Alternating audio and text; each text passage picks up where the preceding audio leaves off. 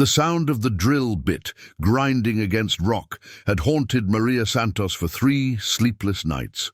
But when it finally broke through into empty space 60 feet below her dying garden, she had no idea she was about to uncover a secret that would transform her life forever and spark a battle between ancient reverence and modern greed that would tear apart the small desert town of Red Mesa, Arizona.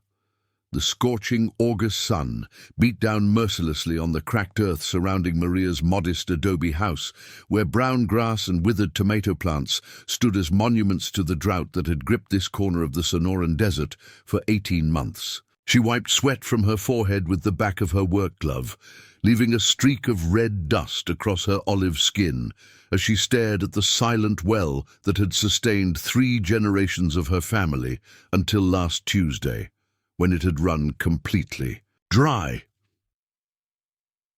At 34, Maria had weathered storms that would have broken most people twice her age. The sudden death of her husband Carlos in a construction accident 2 years earlier had left her alone to raise their 8-year-old daughter Isabella, while struggling to maintain their small organic farm that supplied vegetables to the local farmers' market. The military widow's pension barely covered their basic needs, and the farm income had dwindled as the drought intensified, making irrigation impossible and forcing her to watch helplessly as their livelihood withered under the relentless desert sun.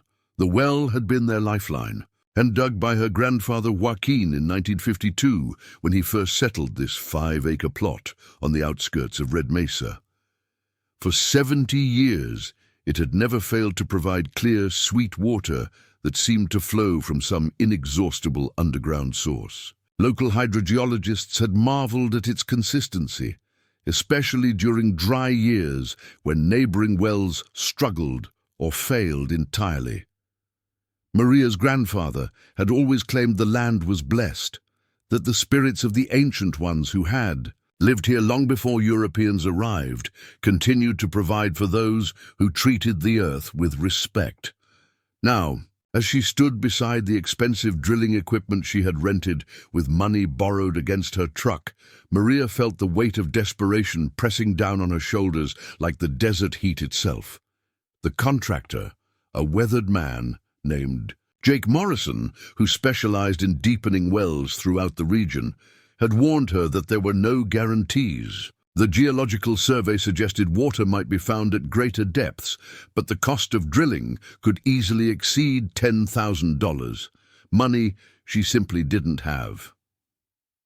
Isabella emerged from the house carrying a glass of lukewarm lemonade, her dark hair pulled back in the same practical ponytail her mother favored, her serious brown eyes reflecting worry beyond her years. Since Carlos's death, the little girl had matured quickly, taking on responsibilities that should have belonged to adults and rarely complaining about the hardships that had become their daily reality.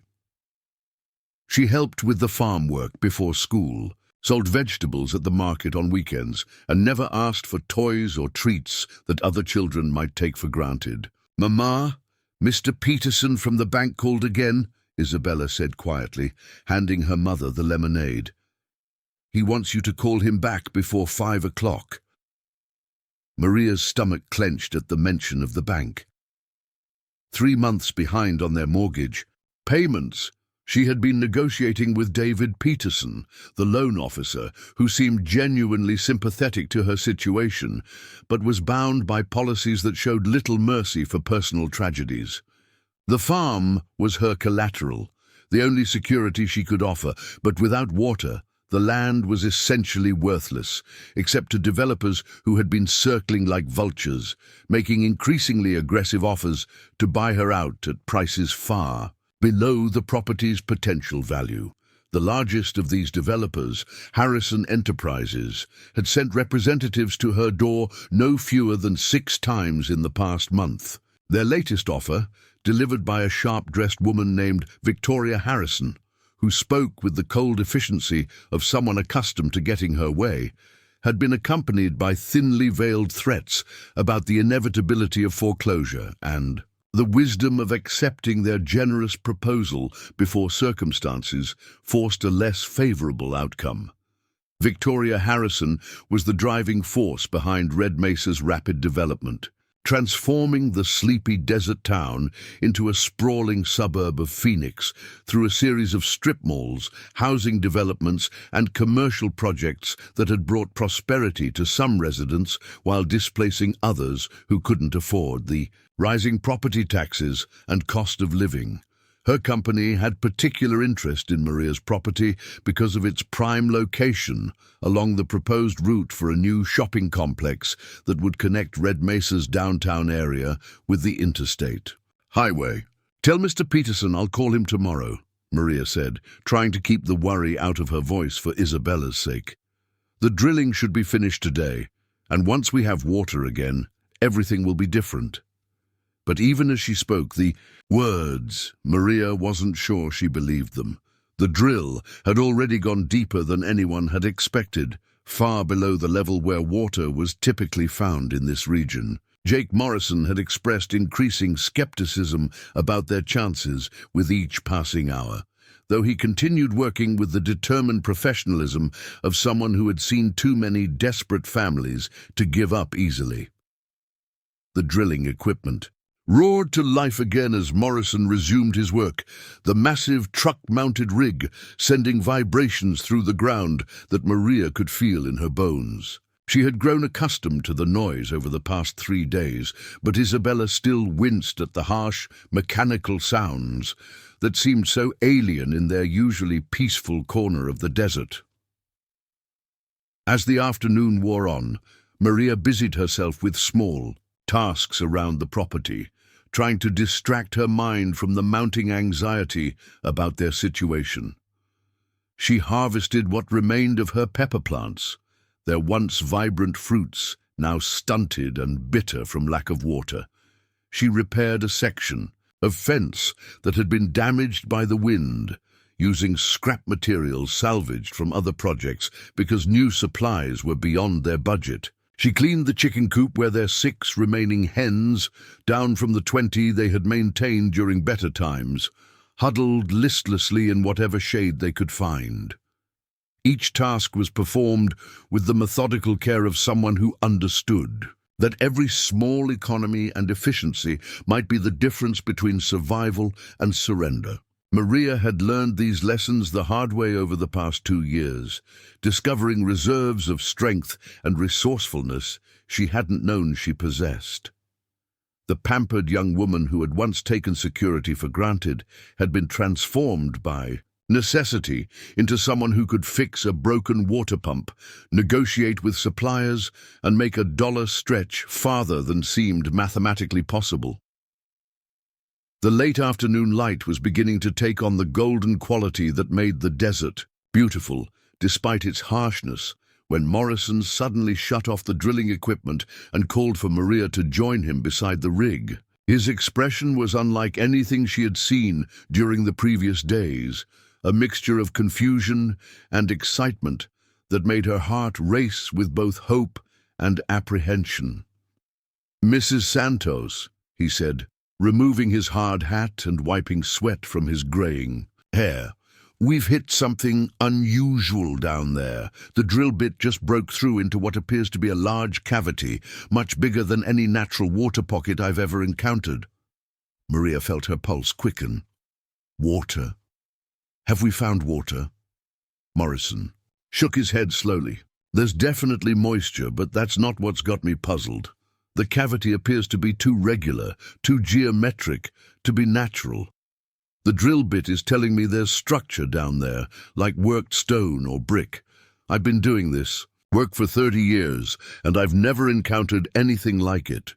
Isabella had approached quietly and now stood beside her mother, listening with the serious attention she brought to all adult conversations.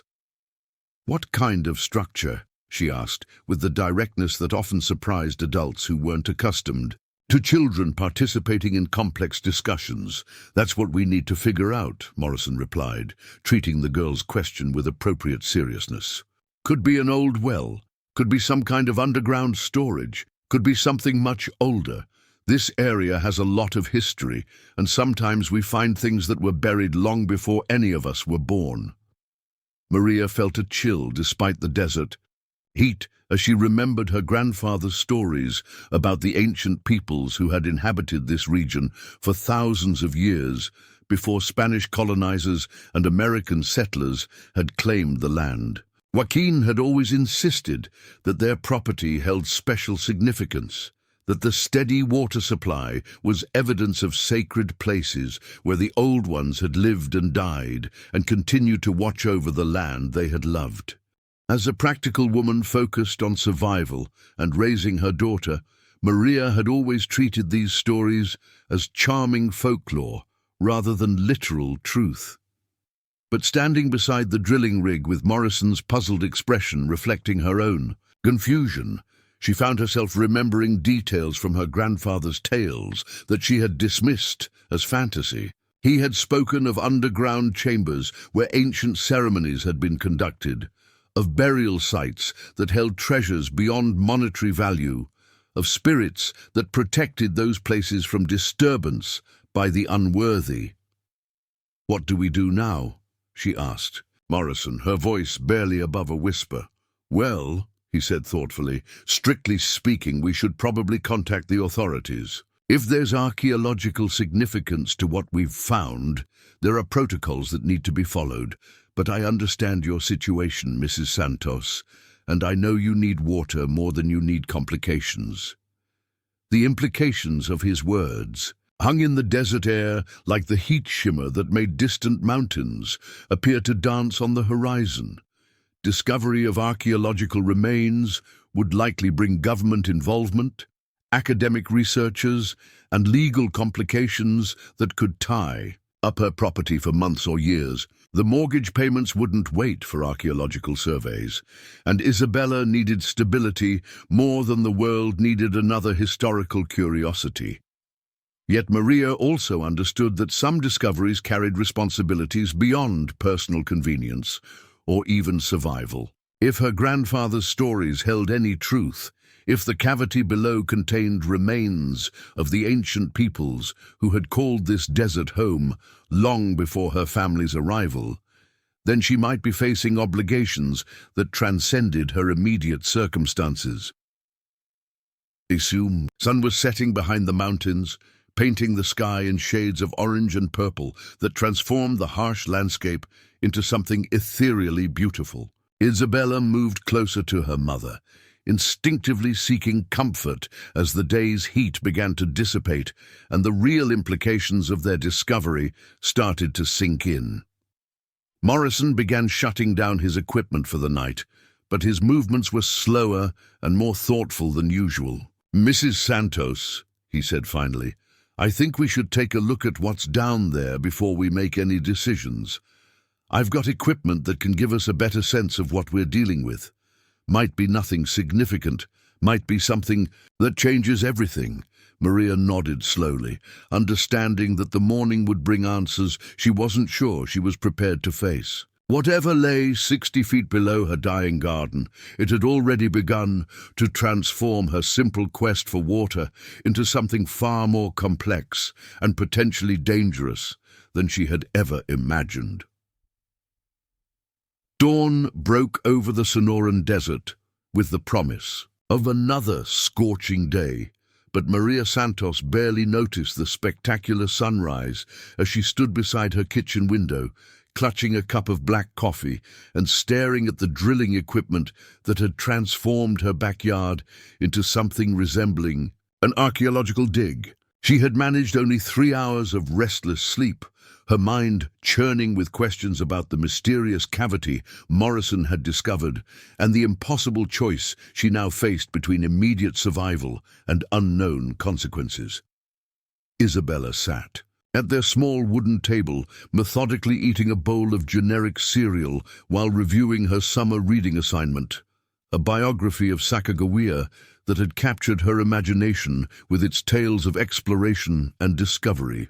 The 8-year-old possessed an intuitive understanding that something significant had changed in their circumstances, though she approached the uncertainty with the resilience that had become her defining characteristic since her father's death. "Mama, are we going to find treasure like in the movies?" Isabella asked without looking up from her book, her voice carrying the matter-of-fact curiosity that often startled adults who underestimated her perceptiveness. Maria turned from the window, forcing a smile that didn't quite reach her worried eyes. "I don't know, Mija. Mr. Morrison thinks there might be something important down there, but we won't know what until we look more carefully." The conversation was interrupted by the sound of Morrison's truck pulling into their driveway, followed by a second vehicle that Maria didn't recognize. Through the window, she watched the contractor emerge from his familiar pickup while a woman in her 40s stepped out of a dusty Jeep Cherokee, her movements carrying the confident efficiency of someone accustomed to outdoor work in challenging conditions. Morrison knocked on the front door with the courtesy that had characterized all his interactions with Maria's family, waiting patiently while she gathered her composure and prepared to face whatever revelations the day might bring. When she opened the door, his expression carried the same mixture of excitement and concern that had marked their conversation the previous evening. "Mrs. Santos, I'd like you to meet Dr. Sarah Chen," Morrison said, gesturing toward his companion. "She's an archaeologist from Arizona State University who specializes in pre-Columbian cultures of the Southwest. I called her last night because I thought she should know about what we've discovered." Dr. Chen extended her hand with a firm grip and direct gaze that immediately conveyed both professional competence and genuine human warmth. Her dark hair was pulled back in a practical ponytail, and her khaki field clothes showed the dust and wear of someone who spent more time excavating ancient sites than sitting in university offices. "Mrs. Santos, Mr. Morrison has told me about your situation," Dr. Chen said, her voice carrying a slight accent that hinted at first-generation immigrant. Parents who had instilled both academic ambition and cultural sensitivity in their daughter. "I want you to know that I understand the difficult position you're in, and I'm here to help find a solution that respects both your immediate needs and any historical significance we might uncover." Maria invited them inside, grateful for Dr. Chen's immediate acknowledgement of the conflict between archaeological preservation and practical survival. Too many experts, in her experience, had approached complex situations with academic tunnel vision that ignored the human costs of their recommendations. Isabella looked up from her breakfast with undisguised fascination as the archaeologist settled into a chair across from her. "Are you like Indiana Jones?" the girl asked with the directness that consistently amazed adults who expected children to be intimidated by professional credentials. Dr. Chen laughed with genuine delight at the question. "Sort of. Except I spend more time carefully brushing dirt off pottery fragments than fighting bad guys, and I've never found any golden idols or crystal skulls." "But you do find treasure sometimes," Isabella pressed, her dark eyes bright with curiosity. "The best treasure is knowledge," Dr. Chen replied seriously. "Every artifact we discover tells us something about how people lived hundreds or thousands of years ago. Their stories are more valuable than gold because they help us understand where we came from and who we really are."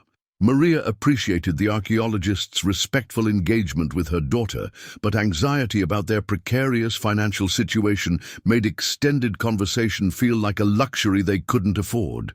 "Dr. Chen, what exactly are we dealing with? Can you tell us anything about what Mr. Morrison found yesterday?" Dr. Chen opened a leather portfolio and spread several geological survey maps across the kitchen table, pointing to specific locations, marked with precise coordinates and elevation measurements. "Based on Mr. Morrison's description and the geological characteristics of this area, I believe you may have discovered a kiva, a ceremonial chamber used by ancestral Puebloan peoples for religious and community gatherings. She traced her finger along topographical lines that showed the subtle variations in elevation across Maria's property and the surrounding desert. This entire region was inhabited by sophisticated agricultural societies for over 1,000 years before European contact. They built extensive irrigation systems, established permanent settlements, and created elaborate ceremonial complexes that served multiple communities across vast distances. Morrison leaned forward, his professional interest evident as Dr. Chen continued her explanation. The regular geometric structure I encountered with the drill bit is consistent with deliberately constructed ceremonial spaces. These chambers were often built underground to maintain consistent temperatures and to create sacred spaces separated from the ordinary world above. Maria felt a chill of recognition as she remembered her grandfather's stories about sacred places and ancient ceremonies, tales she had dismissed as folklore, but which now seemed to carry unexpected weight. My grandfather always said this land was special, that the spirits of the old ones still protected it. I thought he was just telling stories. Traditional knowledge often preserves historical truths that academic archaeology takes decades to rediscover, Dr. Chen said with evident respect. Indigenous oral traditions frequently contain accurate information about sites and events that occurred centuries before written records existed. Isabella had been listening intently, her young mind processing information with the analytical skills that consistently impressed her teachers. If there's a sacred place under our garden, does that mean we can't have water? Will the spirits be angry if we disturb them? The question, posed with childlike directness, struck at the heart of the ethical dilemma that Maria had been struggling to articulate. Practical necessity demanded water, but cultural respect suggested caution about disturbing potentially sacred remains. Dr. Chen considered the question carefully before responding. Traditional beliefs and archaeological science aren't necessarily in conflict. Many indigenous communities work with researchers to protect sacred sites while also addressing modern needs. The key is approaching these situations with proper respect and following appropriate protocols. Maria poured fresh coffee for her guests while processing the implications of everything she had learned. The mortgage payment was due in 2 weeks. The bank had made clear that further delays were unacceptable, and Harrison Enterprises continued to pressure her with increasingly aggressive purchase offers. Yet the possibility that her property contained significant archaeological remains introduced complications that could delay any resolution for months or years. What happens if we report this discovery to the authorities? She asked Dr. Chen. Directly. That depends on what we actually find, the archaeologist replied honestly. If the site contains human remains or significant cultural artifacts, federal and state laws require specific procedures for protection and study. The process can be lengthy, but it doesn't necessarily prevent all development or water access. Morrison nodded thoughtfully. I've worked on projects where archaeological discoveries were accommodated alongside practical needs. It requires careful planning and additional expense, but it's not impossible. Additional expense I can't afford, Maria said quietly. I'm already borrowing money I don't have for this drilling project. If we involve government agencies and legal processes, I'll lose the property to foreclosure before any archaeological study can be completed. The stark reality of her financial situation cast a shadow over the kitchen that no amount of academic enthusiasm could dispel. Dr. Chen's expression showed genuine sympathy for the impossible choice Maria faced between preserving potentially priceless cultural heritage and meeting the immediate needs of her daughter and herself. There might be another option, Dr. Chen said slowly, her voice carrying the careful tone of someone exploring possibilities rather than making promises. Several federal and state programs provide emergency funding for archaeological preservation in cases where significant discoveries are threatened by economic pressures. The process isn't quick, but it might buy you time to explore alternatives. Isabella looked up from her cereal bowl, her expression serious beyond her years. "Mama, what would Papa have done?" The question struck Maria like a physical blow, bringing sudden tears to her eyes as she remembered Carlos's deep respect for their cultural heritage and his pride in their family's connection to the land. He had listened to her grandfather's stories with rapt attention, encouraging Isabella to ask questions and learn about the traditions that connected them to generations of ancestors who had faced their own struggles and survived through courage and wisdom. "Your father would have wanted us to do the right thing," Maria replied softly, "even if it was difficult." Morrison cleared his throat gently.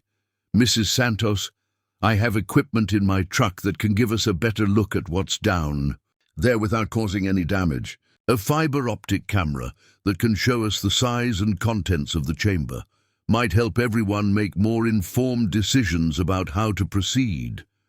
The suggestion offered a compromise between immediate action and prolonged uncertainty, a way to gather essential information without committing to any particular course of action. Maria found herself nodding agreement, drawn by the possibility of understanding what they were dealing with before making choices that could prove irreversible. Dr. Chen gathered her maps and prepared to accompany them outside. "Mrs. Santos, I want you to know that regardless of what we find, I'm committed to helping you navigate this situation in a way that protects both your family's interests and any cultural significance we might uncover. These discoveries don't have to be disasters. Sometimes they can be opportunities if we approach them thoughtfully." As they prepared to leave the kitchen, Isabella stood up from the table and looked directly at Dr. Chen with the intensity that her mother recognized as a sign of deep thinking. "If we find something really important, will people want to take it away from us?" The question revealed the 8-year-old's intuitive understanding of the power dynamics that often surrounded archaeological discoveries, the tendency for valuable finds to be claimed by institutions and authorities rather than remaining with the people on whose land they were discovered. Dr. Chen knelt down to Isabella's eye level, treating the question with the seriousness it deserved. "That's exactly why we need to be very careful about how we handle this discovery. The law says that indigenous cultural artifacts belong to the tribal communities they came from, not to museums or universities. Our job is to make sure everything is handled respectfully and legally." Maria felt a surge of gratitude for the archaeologist's sensitivity to the complex issues surrounding cultural patrimony and indigenous rights.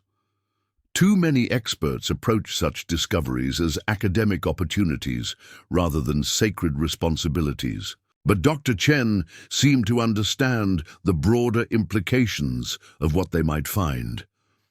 As they stepped outside into the already intensifying desert heat, Maria looked across her withered garden toward the drilling equipment that had promised salvation, but delivered complications beyond anything she could have imagined.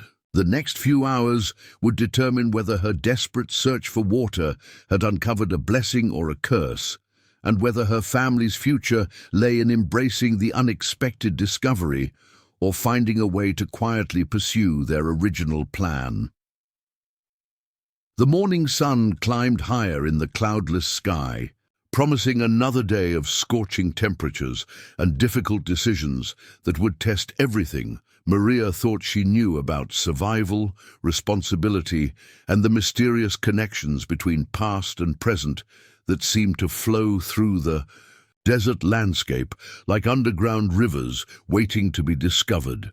The fiber optic camera descended into the earth like a mechanical snake, its thin cable unreeling from Morrison's specialized equipment, while Dr. Chen adjusted the monitor screen to capture the clearest possible images of whatever lay hidden, 60 feet below Maria's dying garden. The three adults huddled around the small display, while Isabella pressed close to her mother's side, her young eyes wide with anticipation as the camera's LED lights illuminated the darkness for the first time in centuries.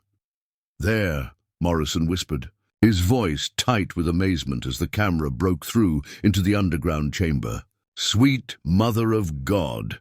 The monitor revealed a circular stone room approximately 20 feet in diameter, its walls constructed from precisely fitted sandstone blocks that had been carved and arranged with architectural sophistication that defied every assumption about prehistoric construction techniques in the region. The chamber's domed ceiling rose to a height of nearly 12 feet at its center, supported by a series of stone ribs that created a pattern resembling the inside of a giant basket. Dr. Chen leaned closer to the screen, her professional composure cracking as she recognized details that shouldn't have existed in this location or time period. "This is extraordinary," she breathed. "The masonry work is consistent with Chacoan architectural traditions, but we're 300 miles from the nearest known Chaco outlier. The preservation is absolutely remarkable." As Morrison maneuvered the camera to explore different angles of the chamber, the LED lights revealed paintings on the walls that had retained their vivid colors despite centuries of burial. Geometric patterns in red, black, and white spiraled across the curved surfaces, interspersed with stylized figures that appeared to represent animals, humans, and celestial bodies in complex arrangements that suggested sophisticated astronomical knowledge. "Mama, look at the bird," Isabella whispered, pointing to a section of wall where a large, painted figure dominated the decorative scheme. The bird's wings spanned nearly 4 feet, its feathers rendered in intricate detail with colors that seemed to glow in the artificial light. "It looks like it's flying right toward us." Maria stared at the image, her heart racing as she recognized the distinctive silhouette of a Harris's hawk, the same species that her grandfather had claimed as his spiritual guide and that still nested in the ancient cottonwood tree beside their house. According to family tradition, the appearance of such a hawk was an omen of significant change, a message from ancestors that important decisions lay ahead. Dr. Chen's excitement became increasingly evident as the camera revealed more details of the chamber's contents. Stone benches carved directly from the living rock lined the walls, their surfaces worn smooth by countless generations of use. In the center of the room, a circular fire pit had been constructed with a sophisticated ventilation system that connected to the surface through a network of narrow channels invisible from above. "This is a council chamber," Dr. Chen explained, her voice filled with scholarly excitement. "These spaces were used for community meetings, religious ceremonies, and decision-making processes that involved entire clans or tribal groups. The architectural sophistication suggests this was a major ceremonial center, possibly serving multiple settlements across a wide area." Morrison continued to guide the camera around the chamber's perimeter, revealing additional features that added to the site's significance. Alcoves had been carved into the walls at regular intervals, each containing ceramic vessels of various sizes and styles. Some appeared to be simple water jars, while others displayed the elaborate decorative motifs associated with ceremonial pottery used in religious rituals. "Are those what I think they are?" Morrison asked, directing the camera toward a particular alcove where several objects reflected the LED lights with a metallic gleam. Dr. Chen's breath caught as she recognized the distinctive shapes. "Copper bells. Those are copper bells, probably traded from as far south as Mexico. The craftsmanship appears to be hohokam, which would make them extremely rare in this geographical context." The discovery of trade goods from distant cultures provided evidence of the extensive commercial networks that had connected ancient southwestern communities across vast distances. Such artifacts were among the most valuable finds in archaeological terms, providing insights into economic relationships, cultural exchange, and the sophisticated social organization that had characterized pre-Columbian societies. As the camera continued its exploration, Morrison's expertise in underground geology became evident as he identified additional features that had professional implications beyond their archaeological significance. "Mrs. Santos, there's something else you need to see," he said, adjusting the camera angle to show the chamber's floor. Water seeped through cracks in the sandstone flooring, creating small pools that reflected the LED lights like mirrors. The moisture appeared to be coming from an underground source that had been deliberately channeled into the ceremonial space, providing both practical water access and symbolic significance for the religious activities that had taken place there. "The chamber is built over a natural spring," Morrison explained. "That's why your grandfather's well never went dry, even during the worst drought years. The ancient builders chose this location specifically because of the reliable water source, and they engineered the chamber to take advantage of it." Maria felt a surge of hope despite the complications that the archaeological discovery had introduced. Into her life, water was water, regardless of its historical context, and her family's immediate survival depended on access to this life-sustaining resource that had drawn human settlement to this spot for over 1,000 years. "Can we access the water without disturbing the chamber?" she asked Morrison directly. The contractor studied the monitor screen thoughtfully, his years of experience in underground construction evident as he analyzed the relationship between the ancient ceremonial space and the practical requirements of modern water extraction. "It's possible," he said slowly. "We could drill a separate shaft that taps into the same aquifer without interfering with the archaeological site.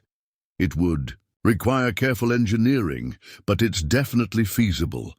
Dr. Chen nodded approvingly at this solution. "That approach would allow you to meet your immediate water needs while preserving the integrity of the site for proper archaeological study. It's exactly the kind of creative problem-solving that successful cultural resource management requires." Isabella had been unusually quiet during the adults' technical discussion, her young mind processing the implications of their discovery with the analytical approach that consistently impressed her teachers. "If this place is so important," she said finally, "why was it buried? Did the people who built it want it to be hidden?" The question demonstrated the 8-year-old's intuitive understanding of the complex relationship between archaeological preservation and cultural respect. Dr. Chen considered the inquiry carefully before responding. "Sometimes important places are buried by natural processes over time," she explained. "Sandstorms, floods, and geological changes can cover sites that were once at ground level. But in other cases, communities deliberately buried sacred spaces to protect them from destruction by enemies or to preserve them for future generations." Maria remembered her grandfather's stories about the Spanish conquistadors and later American settlers who had systematically destroyed indigenous religious sites, viewing them as obstacles to Christian conversion and territorial control. The possibility that her ancestors had deliberately concealed this ceremonial chamber to protect it from such destruction added another layer of significance to their discovery. The fiber optic camera continued to reveal details that would have profound implications for southwestern archaeology if properly documented and studied. Additional alcoves contained objects that appeared to be ceremonial masks, carved stone figures, and collections of what looked like precious stones or crystals, arranged in patterns that suggested astronomical or mathematical significance. "Dr. Chen," Morrison said, his voice carrying a note of concern, "we need to talk about security. Word of a discovery like this could attract the wrong kind of attention. Artifact hunters, treasure seekers, even organized looting operations that..." Target significant archaeological sites. The archaeologist nodded grimly. That's exactly why we need to handle this situation very carefully. The illegal antiquities trade is a multi-million-dollar business, and sites like this one are prime targets for theft and destruction. Maria felt a chill of fear as she realized that her family's desperate search for water had potentially exposed them to dangers she had never considered. The isolation that had once seemed like peaceful privacy now appeared as vulnerability, their remote location making them targets for criminals who might view the underground chamber as a source of valuable artifacts to be stolen and sold. What kind of security measures are we talking about? She asked, though she suspected the answer would involve expenses far beyond her limited resources. Dr. Chen's expression reflected the complexity of the situation they now faced. Professional site security, documentation of all artifacts, coordination with tribal authorities and federal agencies, legal protection for the site and your property rights. It's a complex process, but there are resources available to help families in situations like yours. The mention of tribal authorities introduced another dimension that Maria hadn't fully considered: the ancestral Puebloan peoples who had built the ceremonial chamber were not abstract historical figures, but the ancestors of contemporary Native American communities who maintained cultural and legal connections to such sites. Who do we contact about tribal consultation? Maria asked, recognizing that respect for indigenous rights would be essential to any legitimate resolution of their situation. The Tohono O'odham Nation has jurisdiction over this area, Dr. Chen replied. Their Cultural Preservation Office works with landowners and archaeologists to ensure that discoveries like this one are handled according to both legal requirements and traditional protocols. Isabella looked up from the monitor screen where she had been studying the painted hawk. With intense concentration, will the tribal people want to take the chamber away from us too? The child's question revealed her growing understanding that their discovery might attract competing claims from multiple parties, each with their own interests and agendas regarding the site's future. Maria shared her daughter's concern about losing control over their property and their ability to make decisions about their own survival. Dr. Chen knelt down to Isabella's level, treating the question with the seriousness it deserved. Indigenous communities are usually more interested in protecting sacred sites than in taking them away from respectful landowners. They understand that preservation requires cooperation between different groups of people who care about protecting cultural heritage. Morrison began retracting the fiber optic camera, his movements careful and deliberate as he prepared to seal the access hole temporarily while they determined their next steps. "Mrs. Santos, you've got some big decisions to make," he said quietly. "This discovery changes everything about your situation, but it doesn't have to destroy your chances for keeping your land and supporting your family." As the camera emerged from the depths carrying images that would transform their understanding of the region's ancient history, Maria realized that her simple quest for water had evolved into something far more complex and potentially more valuable than she could have imagined. The question now was whether she could navigate the competing interests and legal requirements surrounding their discovery while still meeting the immediate needs that had driven her to drill the well in the first place. The desert sun had climbed higher during their underground exploration, and the heat was beginning to build toward another scorching afternoon. But Maria no longer felt the same desperate hopelessness that had characterized her recent weeks. The chamber below held water, mystery, and possibilities that extended far beyond her family's immediate survival. If only she could find a way to balance respect for the past with the practical demands of the present. 3 hours after Morrison sealed the access hole with a temporary metal cap, a dust cloud on the horizon announced the arrival of visitors. that Maria had not expected and certainly had not invited.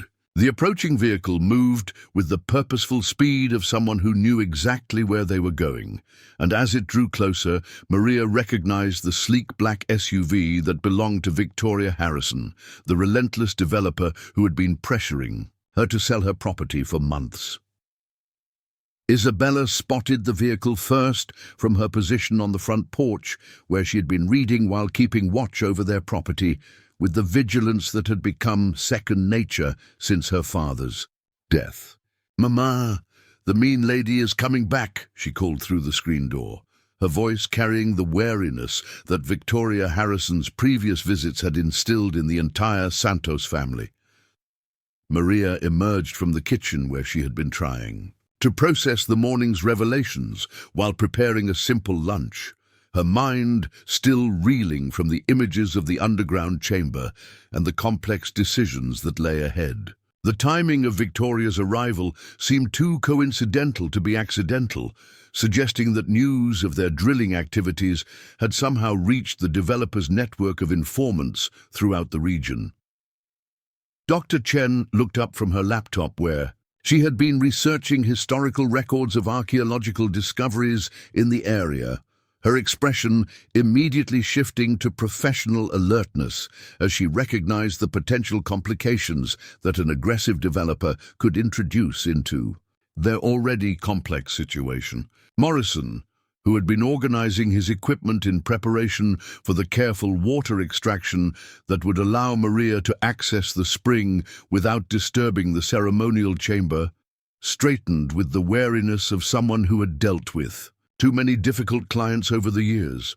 The SUV pulled into their driveway with the confident aggression that characterized all of Victoria Harrison's approaches to business negotiations, kicking up a cloud of dust that settled over Maria's struggling vegetable garden like a metaphor for the developer's impact on the community. Victoria emerged from the air-conditioned vehicle wearing an expensive business suit that seemed absurdly inappropriate for the desert setting, her perfectly styled blonde hair and immaculate makeup creating a sharp contrast with the practical work clothes worn by everyone else present. Behind her stepped a man Maria didn't recognize, tall and lean with the calculating eyes of someone accustomed to evaluating properties and people in terms of profit potential. His khaki pants and polo shirt suggested casual dress, but the expensive watch and leather briefcase indicated wealth and professional authority that complemented Victoria's more obvious power displays. "Mrs. Santos," Victoria called out with false cheerfulness as she approached the house, her smile as artificial as the landscaping in her suburban developments. "I hope we're not interrupting anything important. I brought along my associate, Mr. Richard Blackwood, who specializes in geological assessments for development projects." The introduction confirmed Maria's suspicions about the purpose of this unexpected visit. News of their drilling activities had indeed reached Victoria's attention, and the developer had responded by bringing someone with the expertise to evaluate whatever they might have discovered beneath the property. Maria stepped off the porch to meet her uninvited guests, drawing strength from Dr. Chen's supportive presence and Morrison's solid reliability as she prepared to defend her family's interests against whatever scheme Victoria had devised. "Miss Harrison, this isn't a convenient time for a social visit. We're in the middle of some complicated work here." Victoria's predatory smile widened as she surveyed the drilling equipment and the obvious signs of recent excavation activity. "Oh, I can see that. Mr. Morrison, isn't it? I've heard excellent things about your well-drilling services. I hope you've been successful in solving Mrs. Santos' water problems." Morrison's response was carefully neutral. His years of experience having taught him to avoid taking sides in disputes between clients and outside parties. "We're making progress on the project, but there have been some unexpected developments that require careful consideration." Blackwood stepped forward with the smooth professionalism of someone accustomed to extracting information from reluctant sources. "What kind of developments? Geological complications can significantly impact both water access and property values, depending on their nature.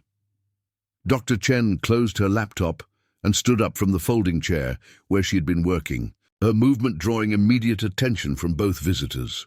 Victoria's eyes narrowed as she took in the archaeologist's professional appearance and the obvious scientific equipment scattered around the work area. "And you are?" Victoria inquired with the sharp tone she reserved for obstacles to her business objectives. "Dr. Sarah Chen, Arizona State University Department of Archaeology," came the reply, delivered with quiet authority that immediately shifted the dynamic of the conversation. "I'm here consulting on some interesting discoveries that have emerged. During the well drilling process, the word archaeology had a visible impact on both Victoria and Blackwood, their expressions shifting from casual interest to intense focus as they processed the implications of academic involvement in what they had assumed was a simple water access project. "Discoveries?" Blackwood pressed, his voice carrying the urgency of someone whose financial calculations had suddenly become much more complicated. "What kind of archaeological discoveries?" Maria found herself in the position of having to make split-second decisions about information management without adequate time to consider all the implications. Dr. Chen had warned her about the importance of controlling access to details about significant archaeological sites, but she also recognized that complete secrecy might prove impossible given the number of people who were already aware of their situation. "We've encountered some historical features that require proper documentation before we can proceed with the water extraction," she said carefully, trying to balance honesty with discretion. "Dr. Chen is helping us ensure that everything is handled according to appropriate protocols." Victoria's expression hardened as she recognized the potential complications that archaeological involvement could create for her development plans. "Mrs. Santos, I hope you understand that any delays in resolving your water situation will only make your financial problems worse. The bank won't extend your mortgage indefinitely while you explore historical curiosities." The threat was delivered with the casual cruelty that had characterized all of Victoria's previous interactions with Maria, but this time it carried additional weight given the complex legal and procedural requirements that archaeological discoveries could trigger. Maria felt the familiar pressure of impossible choices between immediate survival and longer-term consequences. Isabella appeared in the doorway, her young face set with determination as she listened to the adult conversation with the careful attention she had learned to pay to discussions that might affect their family's security. "Dr. Chen says the discoveries are really important," she said loudly enough for everyone to hear. "More important than shopping malls." Victoria's painted smile became even more artificial as she turned her attention to the 8-year-old who had the audacity to challenge her priorities. "Well, aren't you a precocious little thing? But, sweetie, sometimes grown-ups have to make difficult decisions about what's really most important for everyone involved." The condescending tone immediately triggered Maria's protective instincts, and she stepped closer to her daughter while fixing Victoria with a steady glare. "My daughter has every right to express her opinion about discoveries on our property, and she's absolutely correct that some things are more important than commercial development."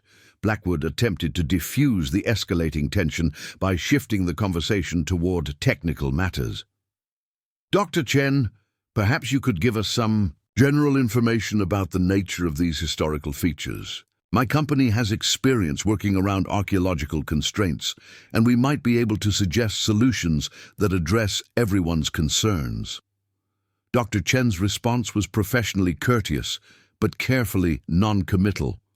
"The discoveries are still being evaluated, and proper protocols require consultation with appropriate tribal authorities before any detailed information can be shared publicly. I'm sure you understand the sensitivity of these matters." The mention of tribal consultation had an immediate and dramatic effect on Victoria's demeanor. her artificial friendliness evaporating as she recognized the potential for indefinite delays and legal complications that could derail her development timeline entirely. "Mrs. Santos," she said, with barely controlled anger, "I think you need to consider very carefully whether pursuing these archaeological complications is really in your family's best interests. My company's purchase offer represents immediate financial security, while archaeological studies could tie up your property for years without providing any practical benefits." Morrison, who had been quietly observing the exchange while continuing to organize his equipment, finally spoke up with the directness that Maria had come to appreciate. "Seems to me that Mrs. Santos has found a solution to her water problems without needing to sell her property to anyone. Once we get the extraction system properly installed, she'll have reliable water access and the ability to resume farming operations." This practical observation clearly frustrated Victoria's attempts to pressure Maria into accepting her development offer, but it also introduced information about water access that immediately captured Blackwood's professional attention. "What kind of water source have you discovered?" he asked Morrison with genuine curiosity. "The geological surveys for this area indicate very limited groundwater availability, especially during drought conditions." Morrison's answer was technically accurate while remaining diplomatically vague. "Underground spring appears to be fed by a deep aquifer that's not affected by surface drought conditions, should provide reliable water for agricultural and domestic use." The revelation of a substantial water source added another dimension to the property's value that neither Victoria nor Blackwood had anticipated. Reliable water access in the desert southwest represented enormous economic potential, particularly for large-scale development projects that required guaranteed water supplies for residential and commercial construction. Victoria's expression shifted as she recalculated the financial implications of their discovery. Her developer's instincts, immediately recognizing that a property with both archaeological significance and reliable water access might be worth far more than her previous offers had reflected.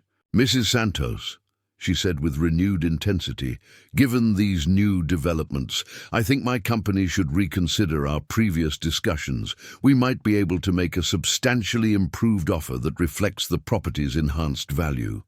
Maria felt a moment of vertigo as she realized that their desperate search for survival had somehow transformed their modest 5-acre plot into a valuable asset that multiple parties might want to control. The archaeological discovery that had initially seemed like a complication now appeared to be part of a larger picture that included water rights, cultural heritage, and economic potential that extended far beyond her family's immediate needs. Dr. Chen stepped closer to Maria, her presence providing both moral support and professional expertise as the situation became increasingly complex. "Mrs. Santos, before you consider any major decisions, I think it would be wise to have a full assessment of all the factors involved: archaeological significance, water rights, tribal consultation, and legal protections all need to be properly evaluated." Isabella moved to her mother's other side, creating a physical representation of the family unity that had sustained them through the difficult months since Carlos's death. "Mama, you said Papa would want us to do the right thing, even if it was hard." The child's reminder of her father's values provided Maria with the clarity she needed to respond to Victoria's renewed pressure. "Ms. Harrison, my family has lived on this land for 3 generations. We're not interested in selling it to developers, regardless of the financial offer. We're interested in finding ways to preserve both our home and any historical significance we've discovered." Victoria's mask of professional courtesy finally slipped completely, revealing the ruthless determination that had made her successful in the cutthroat world of southwestern real estate development. Mrs. Santos, I think you're making a serious mistake. Archaeological red tape and tribal politics could tie up your property indefinitely while your mortgage payments continue to accumulate. My offer represents the only realistic solution to your financial problems. The threat was now explicit rather than implied, but Maria found herself strengthened rather than intimidated by Victoria's aggressive approach. The morning's discoveries had transformed her understanding of both her family's heritage and their property's significance, providing a foundation of purpose that made developer pressure seem less overwhelming than it had during her earlier desperation. Morrison began, loading his equipment into his truck with movements that suggested their work for the day was concluded. But his final comment carried implications that extended beyond immediate technical concerns. Mrs. Santos, I'll be back tomorrow to start the water extraction system. Should have you connected to that spring within a few days, assuming no interference from outside parties. The pointed reference to outside parties was clearly directed toward Victoria and Blackwood, and it served notice that the contractor intended to complete his work regardless of developer pressure or intimidation tactics. The morning after Victoria, Harrison's unwelcome visit brought an unexpected convoy of vehicles to Maria's property, their arrival announced by Isabella's urgent call from her lookout position on the front porch. "Mama, there are 4 trucks coming, and one of them has a star on the door." Maria emerged from the kitchen where she had been reviewing the stack of legal documents that Dr. Chen had provided the previous evening. Complex forms relating to archaeological site protection, tribal consultation requirements, and federal preservation laws that seemed designed to overwhelm rather than inform ordinary citizens facing extraordinary circumstances. The sight of the approaching vehicles filled her with both relief and apprehension as she recognized the distinctive markings of the Pima County Sheriff's Department alongside what appeared to be official government vehicles. Dr. Chen appeared. From the guest room, where she had spent the night at Maria's invitation, her laptop bag slung over her shoulder and her expression carrying the alert professionalism of someone accustomed to managing complex situations involving multiple jurisdictions and conflicting interests. "It looks like word of our discovery has reached official channels faster than we anticipated," she observed, watching the convoy navigate the dusty dirt road that led to their remote property. The lead vehicle proved to be driven by Sheriff Miguel Rodriguez, a man in his 50s whose weathered face and careful movements suggested decades of experience dealing with the complicated blend of cultures, jurisdictions, and legal frameworks that characterized law enforcement in border regions of the American Southwest. Behind him came a white pickup truck bearing the insignia of the Arizona State Historic Preservation Office, followed by a newer SUV with government plates that Maria didn't recognize. The final vehicle in the convoy was a modified Ford F-150 that had clearly seen extensive use in desert terrain, its paint faded by sun and sandstorms, its bed loaded with equipment that suggested scientific rather than law enforcement purposes. As the vehicles came to a stop in the area that had become an impromptu parking lot around the drilling site, Maria counted 7 individuals emerging from the various trucks and SUVs, their diverse clothing and equipment indicating a range of professional backgrounds and institutional affiliations. Sheriff Rodriguez approached first, removing his hat with the courtesy that characterized his interactions with law-abiding citizens while maintaining the alert stance that never completely disappeared from his professional demeanor. "Mrs. Santos, I'm Sheriff Rodriguez. We received reports of a significant archaeological discovery on your property, and we're here to ensure that everything is handled properly according to state and federal requirements." Maria appreciated the sheriff's respectful approach, which contrasted sharply with the aggressive tactics that Victoria Harrison had employed during her recent visit. "Sheriff Rodriguez, we're trying to handle this situation responsibly, but It's become quite complex very quickly. Behind the sheriff, a woman in her 40s emerged from the Historic Preservation Office vehicle, her khaki field clothes and professional equipment, identifying her as another archaeologist whose expertise would add to the growing collection of specialists involved in their case. She introduced herself as Dr. Patricia Yazzie, a name that immediately suggested Native American heritage and cultural connections that could prove essential to proper consultation with tribal authorities. "Dr. Chen," Dr. Yazzie called out with genuine warmth. "I should have known you'd be involved in something this significant. The preliminary reports from your contact at the university suggested this could be a major discovery." The friendly, professional greeting between the two archaeologists provided reassurance that their situation was being handled by experts who knew and respected each other's work, reducing the potential for jurisdictional conflicts or competitive disputes that might complicate an already challenging situation. From the government SUV stepped a man in an expensive suit, whose bearings suggested federal authority and bureaucratic seniority. He introduced himself as James Mitchell from the Bureau of Indian Affairs, his presence indicating that tribal consultation requirements had already triggered formal federal involvement in their case.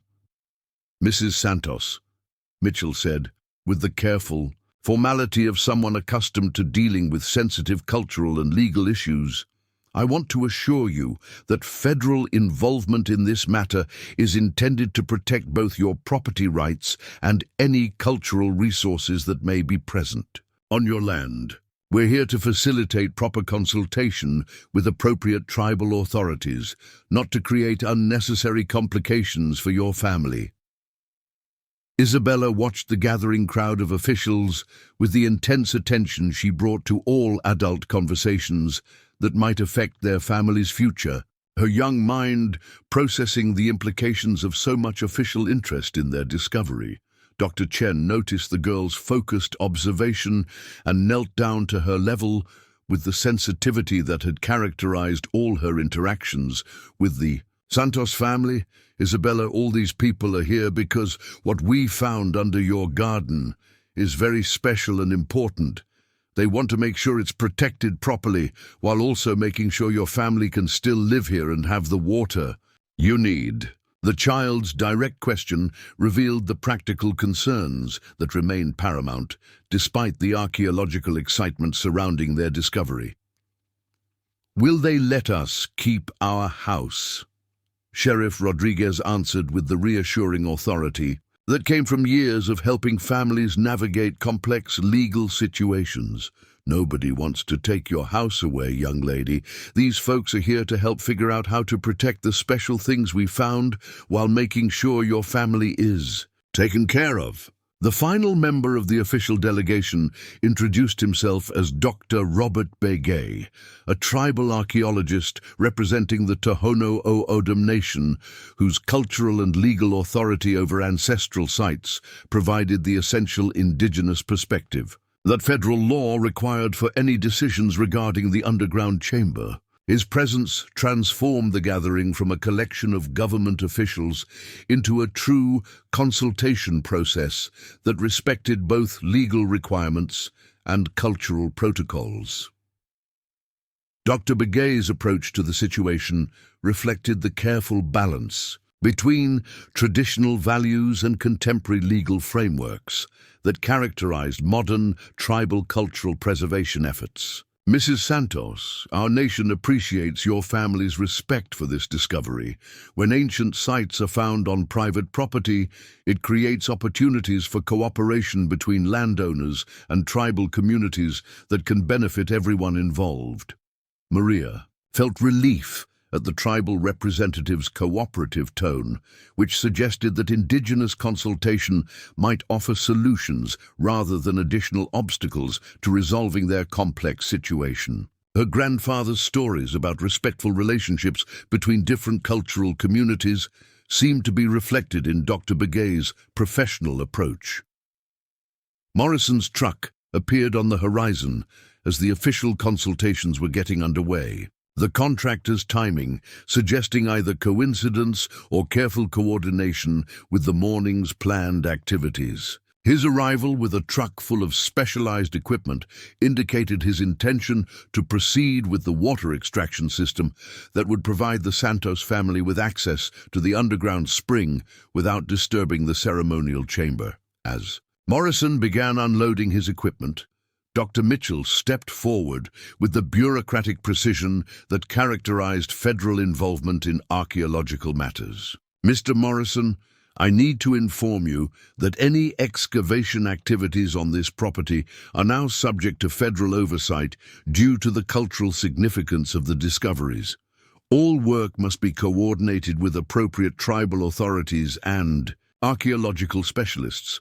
The federal intervention that Maria had been dreading was now manifesting in the form of bureaucratic controls that threatened to delay or prevent the water access that remained essential to her family's survival. Morrison's expression reflected his professional frustration with government interference in technical work that he was fully qualified to perform safely and effectively.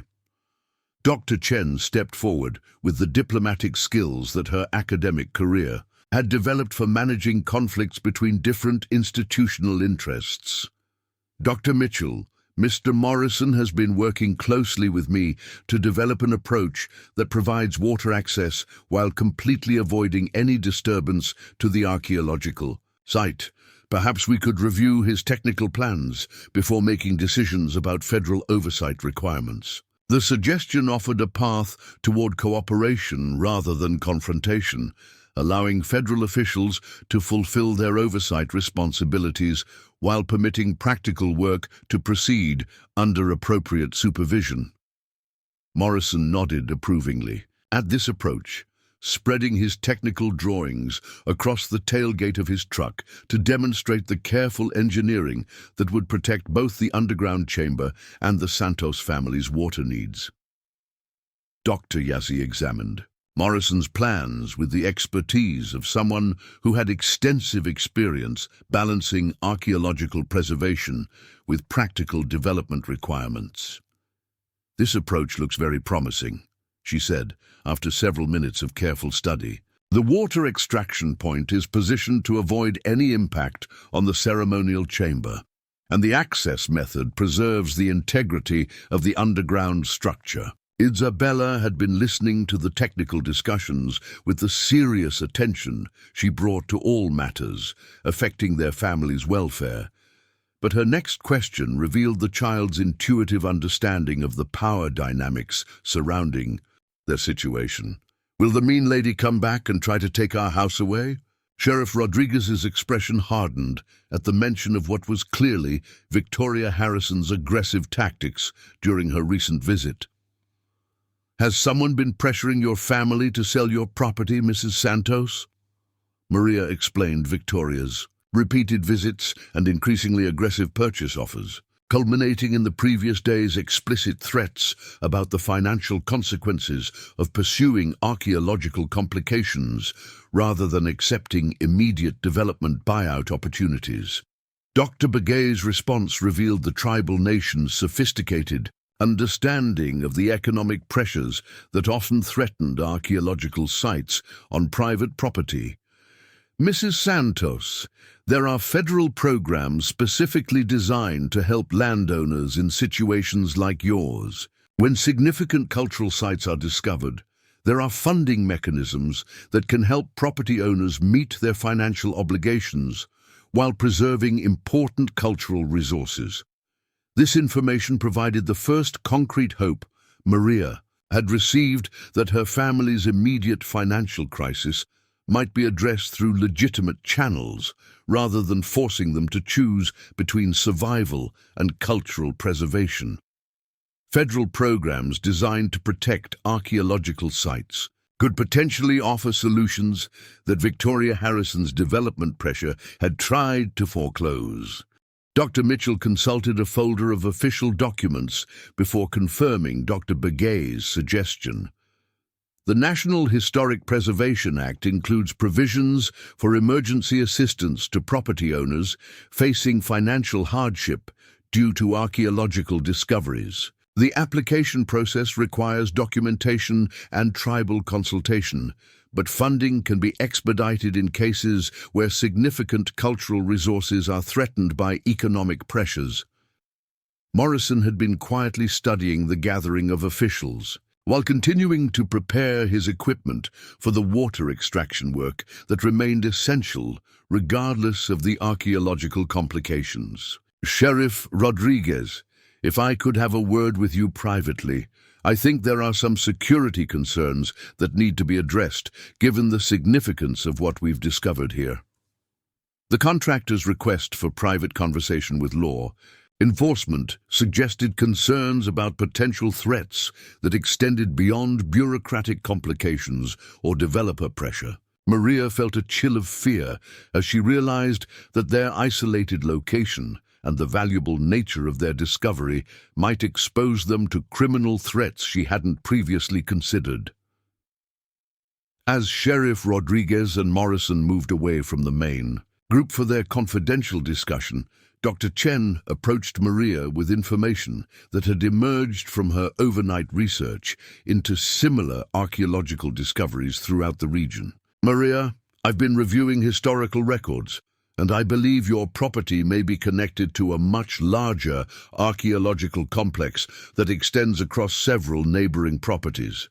If that's the case, the cultural significance and potential federal protection could be even more substantial than we initially realized. The possibility that their 5-acre plot was part of a larger ancient site network added another dimension to their situation that could provide both opportunities and complications for their family's future." Isabella listened to this information with the analytical approach that consistently impressed the adults around her, processing implications that many children would have found overwhelming. "If our land is part of something bigger," the 8-year-old asked thoughtfully, "does that mean other people might have ancient things under their houses too?" Dr. Chen's smile reflected appreciation for the child's logical thinking. "That's exactly the right question, Isabella. Archaeological sites often extend across multiple properties, and discoveries like yours can lead to understanding much larger patterns of ancient life and culture." As the morning progressed and the various officials continued their consultations, Maria began to sense that their desperate search for water had uncovered not just an underground chamber, but a complex web of cultural, legal, and economic relationships that would require careful navigation to protect both her family's interests and the archaeological treasures they had accidentally discovered.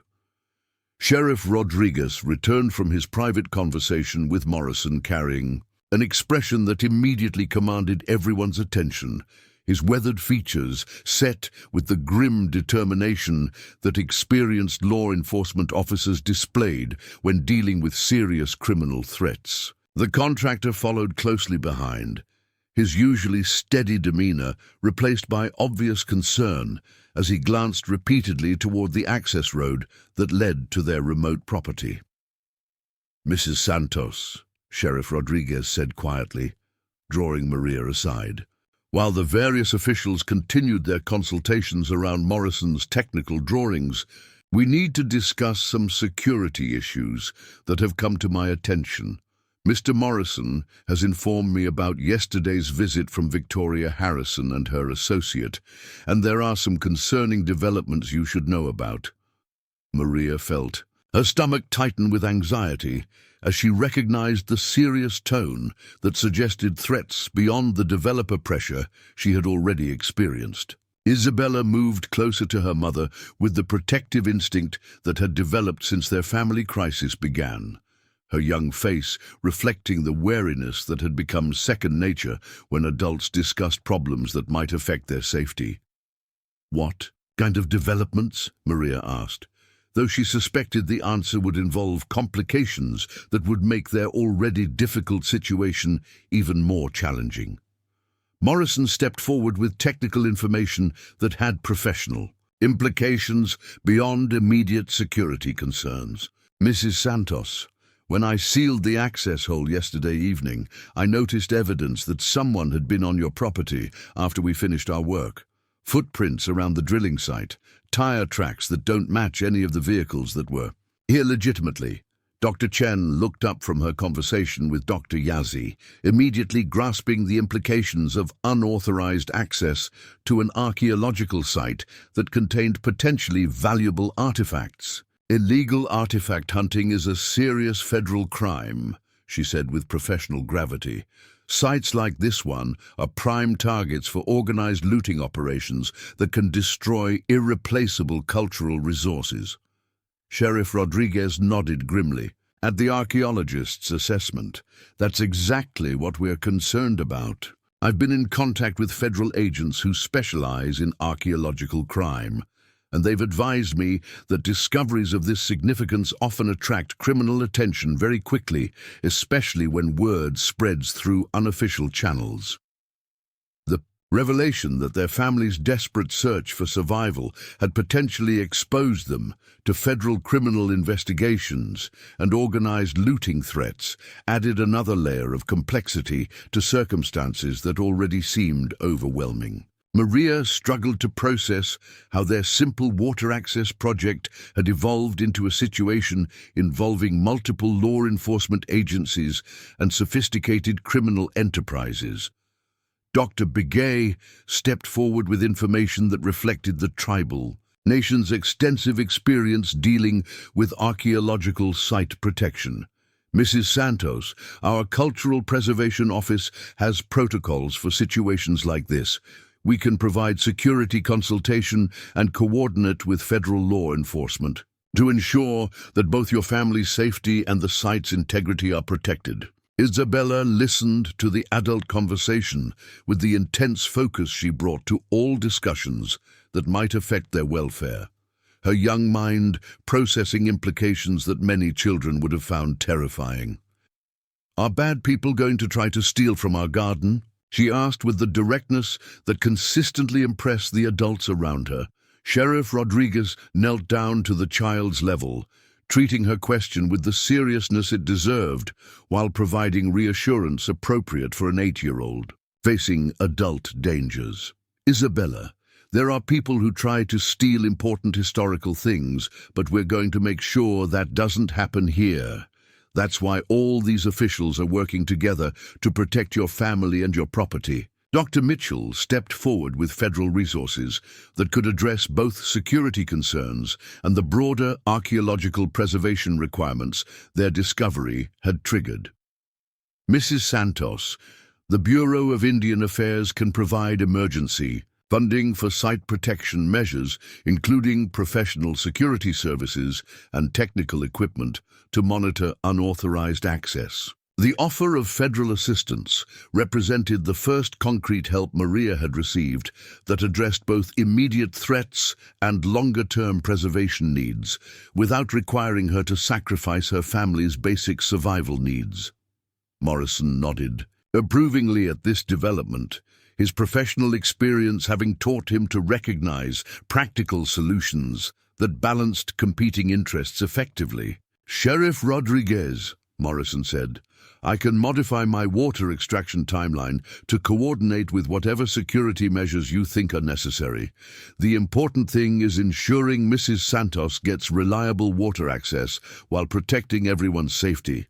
Dr. Chen had been reviewing her research notes while listening to the security discussions, and she now approached Maria with information that added historical context to their current concerns. "Maria, I've found records of similar discoveries in this region that were lost to illegal artifact hunting before proper archaeological study could be completed.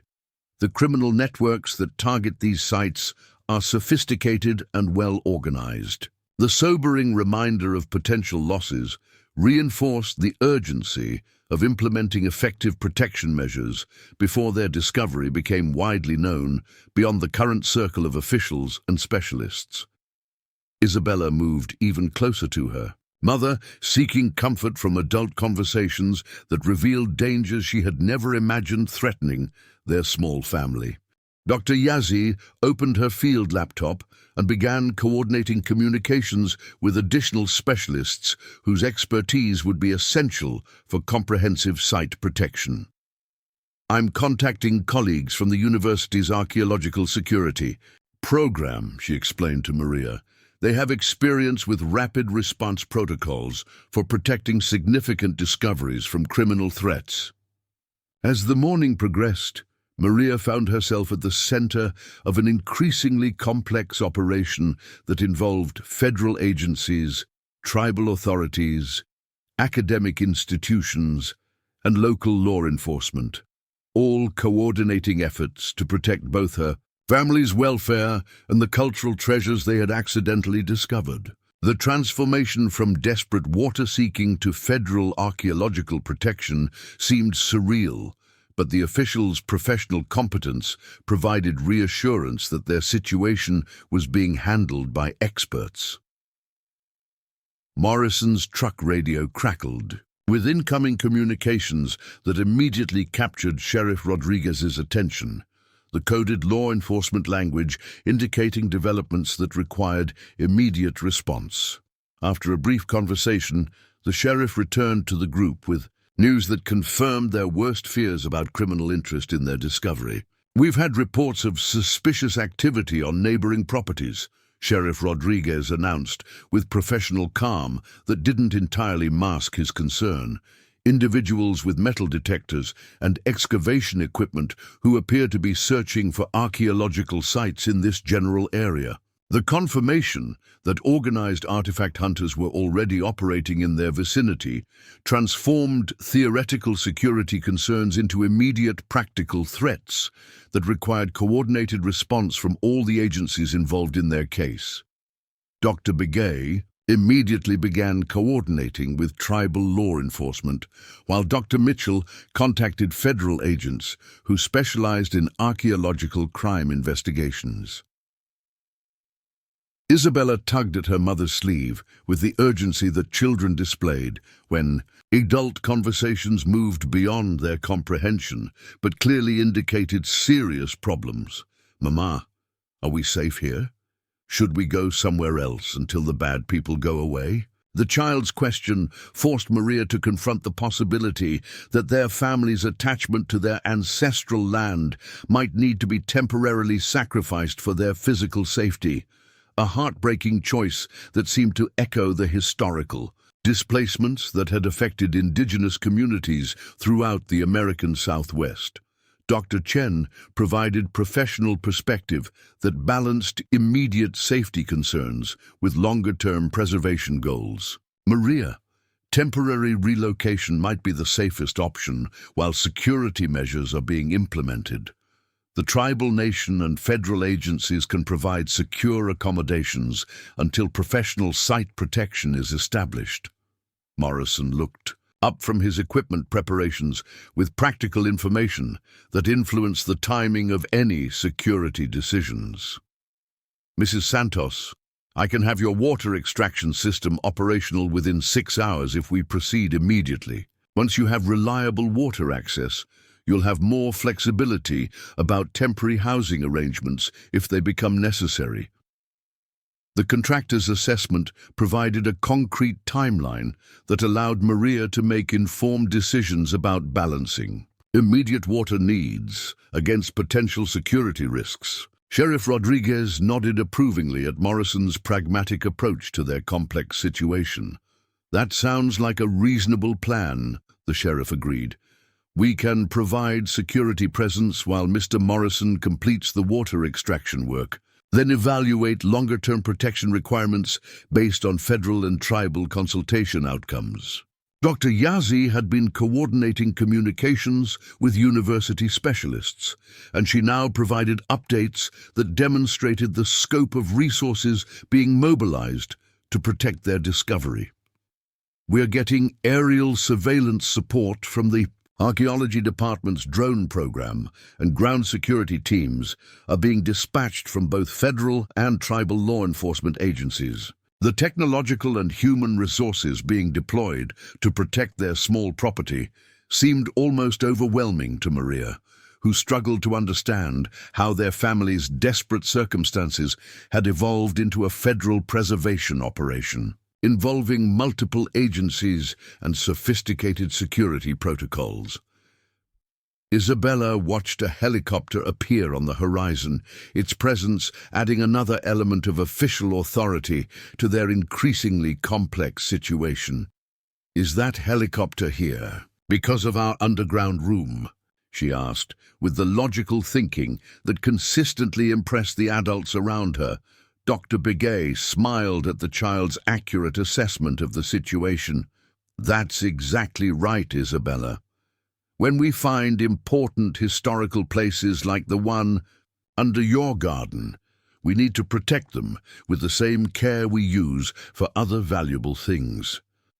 Morrison had been monitoring radio communications while preparing his drilling equipment, and he now approached Maria with an update that reflected his professional assessment of their security situation. "Mrs. Santos, Sheriff Rodriguez has arranged for continuous law enforcement presence while I complete the water extraction work. We should be able to get you connected to that underground spring by this afternoon." The promise of reliable water, access within hours, provided the first concrete resolution to the practical crisis that had driven Maria to seek help in the first place. Whatever complications the archaeological discovery had introduced, her family's immediate survival needs would finally be addressed through the underground spring that had sustained human communities in this location for over 1,000 years. Dr. Mitchell stepped forward with documentation that formalized federal involvement in their case while protecting Maria's property rights. "Mrs. Santos, I have emergency authorization papers that provide federal protection for your property while preserving your ownership rights and decision-making authority. This documentation ensures that no outside parties can interfere with your family's residence or water access." The federal protection that Maria had initially feared as bureaucratic interference now appeared as essential security against the criminal and commercial threats that had emerged around their discovery. Victoria Harrison's development pressure and the organized artifact hunting operations both represented dangers that individual families couldn't address effectively without institutional support. As specialized security teams began arriving to establish perimeter protection around their property, Maria realized that their small desert home had become the center of a complex operation involving cultural preservation, criminal investigation, and federal resource protection that extended far beyond her family's original need for water access. The transformation seemed impossible to comprehend, but the professional competence of everyone involved provided confidence that their situation was being handled by experts who understood both the cultural significance of their discovery and the practical needs of the family who had accidentally uncovered treasures that belonged to all humanity. By midday, the Santos property had been transformed into a carefully orchestrated archaeological operation that resembled a small military encampment more than the quiet desert homestead it had been just days earlier. Federal agents in unmarked vehicles maintained discreet surveillance positions along the access road, while tribal security personnel coordinated with Sheriff Rodriguez's deputies to establish a protective perimeter that allowed legitimate work to proceed while deterring unauthorized access to the site. Morrison's drilling equipment hummed steadily as he executed the precise water extraction plan that would tap into the underground spring without disturbing the ceremonial chamber. His decades of experience evident in the methodical approach that balanced technical requirements with archaeological sensitivity. Dr. Chen and Dr. Yazzie worked together to document every aspect of the extraction process, ensuring that their activities met both federal preservation standards and tribal cultural protocols. Isabella had adapted to the extraordinary circumstances with the resilience that had sustained her through her father's death and the months of financial uncertainty that had followed, treating the influx of officials and specialists as an educational opportunity rather than a source of fear. She moved among the various work areas with notebooks and colored pencils, creating detailed drawings of the equipment and people, while asking questions that demonstrated her analytical understanding of the complex situation.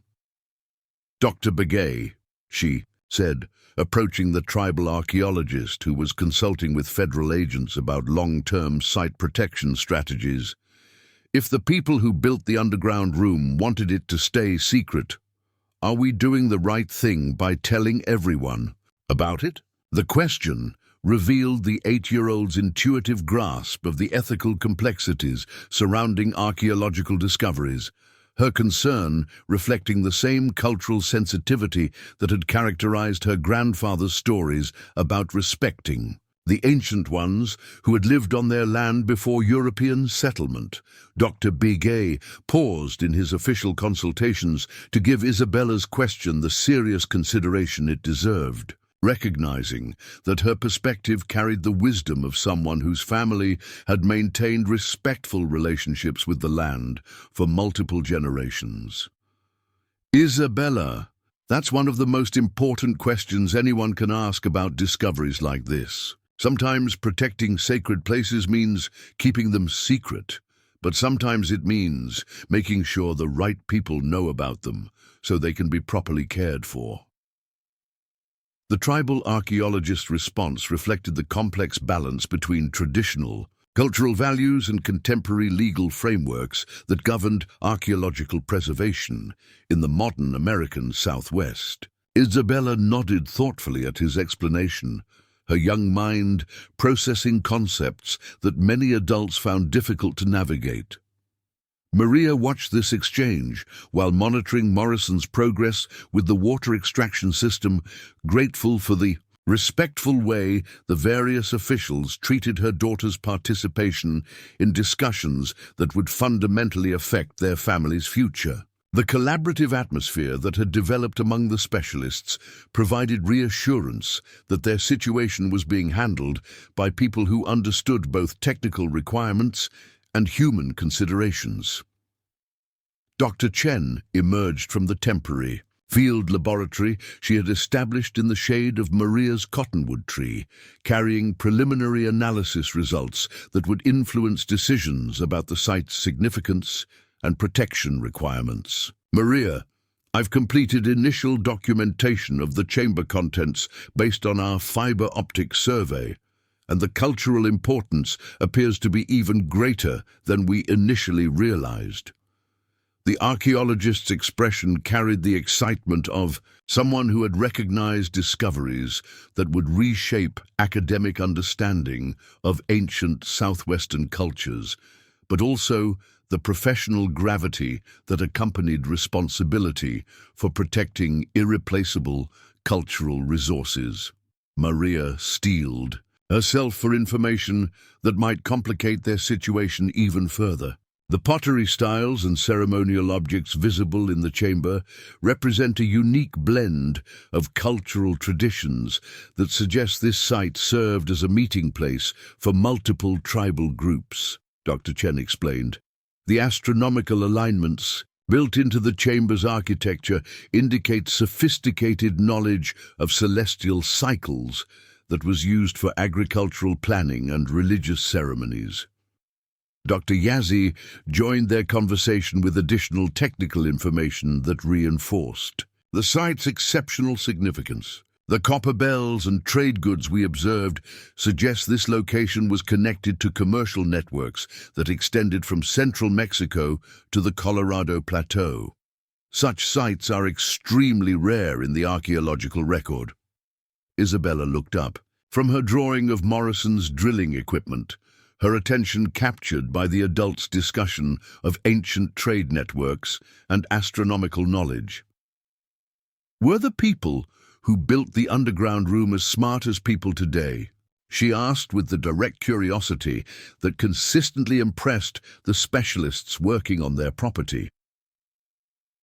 Dr. Begay's response reflected both professional expertise and cultural pride in ancestral achievements that mainstream American education often overlooked or minimized. The people who built that chamber were brilliant engineers, astronomers, and artists whose knowledge in many areas exceeded what most people understand today. They created sustainable agricultural systems, sophisticated architecture, and spiritual practices that maintained community harmony for centuries. The respectful acknowledgement of indigenous intellectual achievements provided Isabella with educational perspectives that her regular schooling had never offered, connecting her family's accidental discovery to broader narratives about cultural continuity and ancestral wisdom that transcended simple archaeological curiosity. Morrison's voice called out from the drilling site, announcing the breakthrough that Maria had been anticipating with growing anxiety throughout the morning's security. "Preparations. Mrs. Santos, we've got water. The extraction system is connected to the spring, and the flow rate looks excellent." The confirmation of successful water access represented the resolution of the practical crisis that had driven Maria to seek help in the first place, providing her family with the basic resource they needed for survival, regardless of whatever complications the archaeological discovery might create for their future. Maria hurried to the extraction site where Morrison was testing the new system, clear water flowing steadily from the pump that would restore her family's agricultural capabilities and domestic security. The sight of abundant water after months of drought-induced desperation brought tears to her eyes, representing not just practical relief, but symbolic renewal of her connection to the land that had sustained her family for 3 generations. "The water quality is excellent," Morrison reported, offering Maria a sample cup filled with the clear spring water that had been flowing beneath their property for millennia. This underground source should provide reliable supply even during extended drought periods. Isabella ran to join her mother at the water extraction site, her excitement about their restored water access temporarily overshadowing even her fascination with the archaeological activities surrounding them. "Mama, does this mean we can have a real garden again, with tomatoes and peppers like before Papa died?"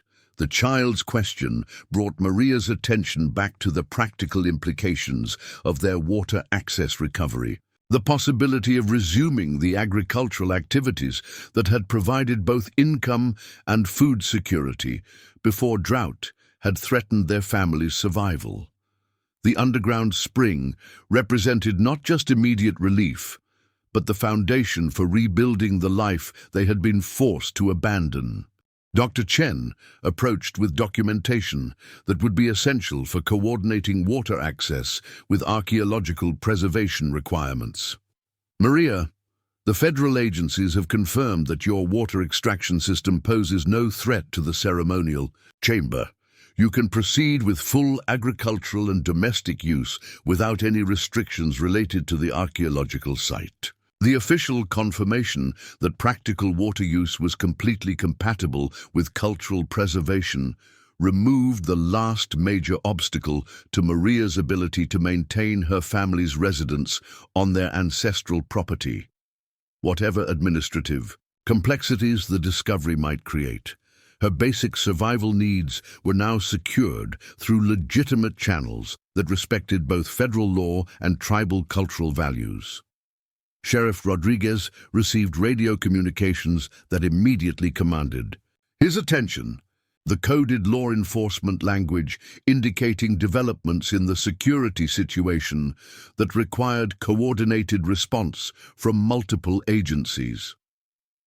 After a brief exchange with federal agents, he approached Maria with news that confirmed the effectiveness of their protection measures. "Mrs. Santos, we've apprehended 3 individuals who were attempting to access your property with metal detection equipment and excavation tools," the sheriff announced with professional satisfaction.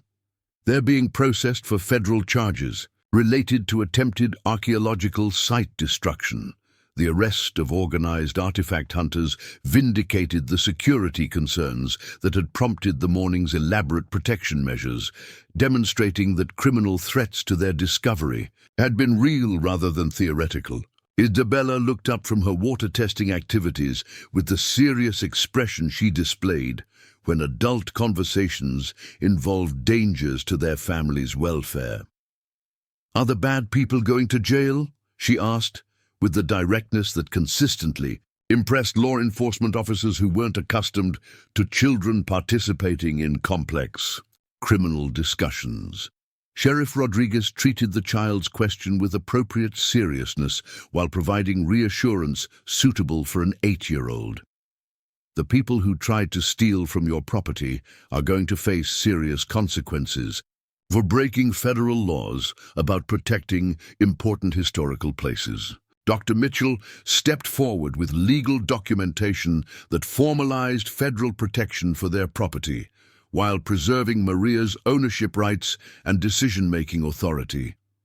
"Mrs. Santos, I have permanent designation papers that provide ongoing federal protection for your archaeological site, while guaranteeing your family's continued residence and water access rights." The federal designation that Maria had initially feared as potential government seizure of their property now appeared as essential legal protection against both criminal exploitation and commercial development pressure. Victoria Harrison's aggressive purchase offers and the organized artifact hunting operations both represented threats that individual families couldn't address effectively without institutional support. Morrison began cleaning up his equipment with the satisfaction of someone who had successfully completed a technically challenging project under extraordinary circumstances. "Mrs. Santos, your water extraction system is fully operational and should provide reliable service for decades. The underground spring appears to be fed by a deep aquifer that won't be affected by surface drought conditions. The contractor's confirmation of long-term water security provided Maria with the foundation she needed to plan for her family's future on their ancestral land, regardless of whatever ongoing complications the archaeological discovery might create. Isabella helped gather tools with the industrious energy she brought to all family projects, clearly pleased by their restored water access and the resolution of immediate survival concerns. Dr. Begay approached with information about tribal programs that could provide ongoing support for families whose properties contained significant cultural sites. "Mrs. Santos, our nation has educational and economic development initiatives that help landowners benefit from archaeological discoveries while maintaining proper cultural respect and site protection. The tribal support programs offered possibilities for converting their accidental discovery into sustainable economic opportunities that would benefit both their family and the broader community while preserving the cultural significance of the underground chamber." Isabella listened to this information with the analytical attention she brought to all discussions about their family's future prospects. As the afternoon progressed and various officials began concluding their immediate activities, Maria realized that their desperate search for water had ultimately led to discoveries and opportunities that extended far beyond anything she could have imagined when Morrison first began drilling their well just days earlier. The transformation from financial crisis to federal archaeological protection seemed almost impossible to comprehend, but the professional competence and cultural sensitivity demonstrated by everyone involved provided confidence that their situation would continue to be handled by experts who understood both the historical significance of their discovery and the practical needs of the family who had accidentally uncovered treasures that belonged to all humanity. 3 days after the federal protection designation, Maria awoke to find Victoria Harrison's black SUV parked defiantly at the edge of her property line, accompanied by 2 additional vehicles that she didn't recognize. The developer's presence at dawn suggested calculated timing designed to avoid the federal agents and tribal security personnel who had been maintaining regular patrols around the archaeological site, but whose coverage apparently had gaps that Victoria had identified and exploited. Isabella spotted the unwelcome visitors from her bedroom window, her young voice carrying across the house with the urgent tone she had developed for announcing potential threats to their family's security. "Mama, the mean lady is back, and she brought more people with her." Maria emerged from the kitchen, where she had been preparing breakfast, while enjoying the luxury of unlimited water access for the first time in months. The steady flow from their new extraction system providing both practical relief and symbolic restoration of their connection to the land. The sight of Victoria's aggressive positioning immediately triggered anxiety about renewed developer pressure, despite the federal protections that should have deterred such harassment. Dr. Chen appeared from the guest room where she had remained as an unofficial resident advisor, while coordinating ongoing archaeological documentation with various academic and government institutions. Her presence had become a source of stability for the Santos family during the complex transition from crisis to federal protection, but Victoria's return suggested that not all threats to their security had been eliminated by official designation.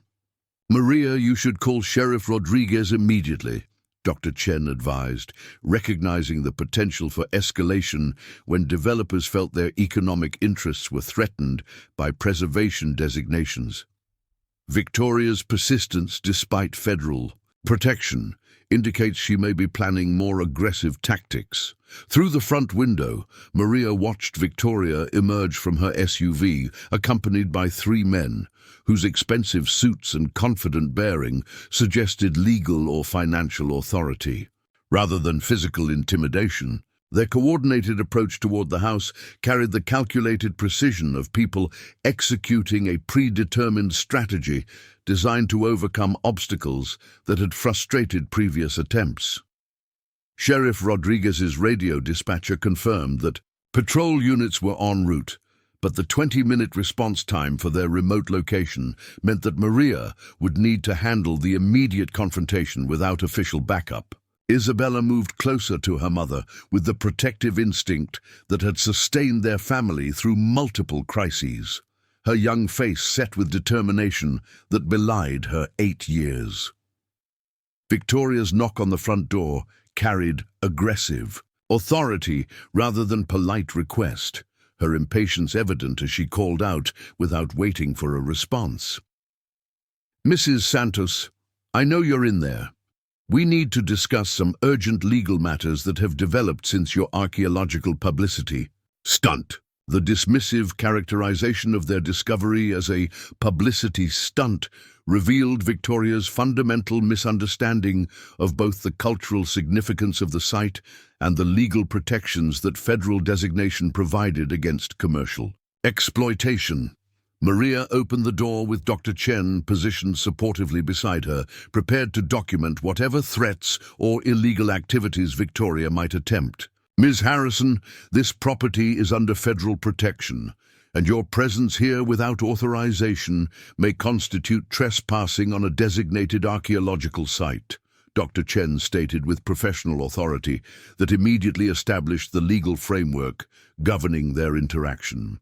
Victoria's artificial smile reflected calculated confidence rather than concern about legal boundaries.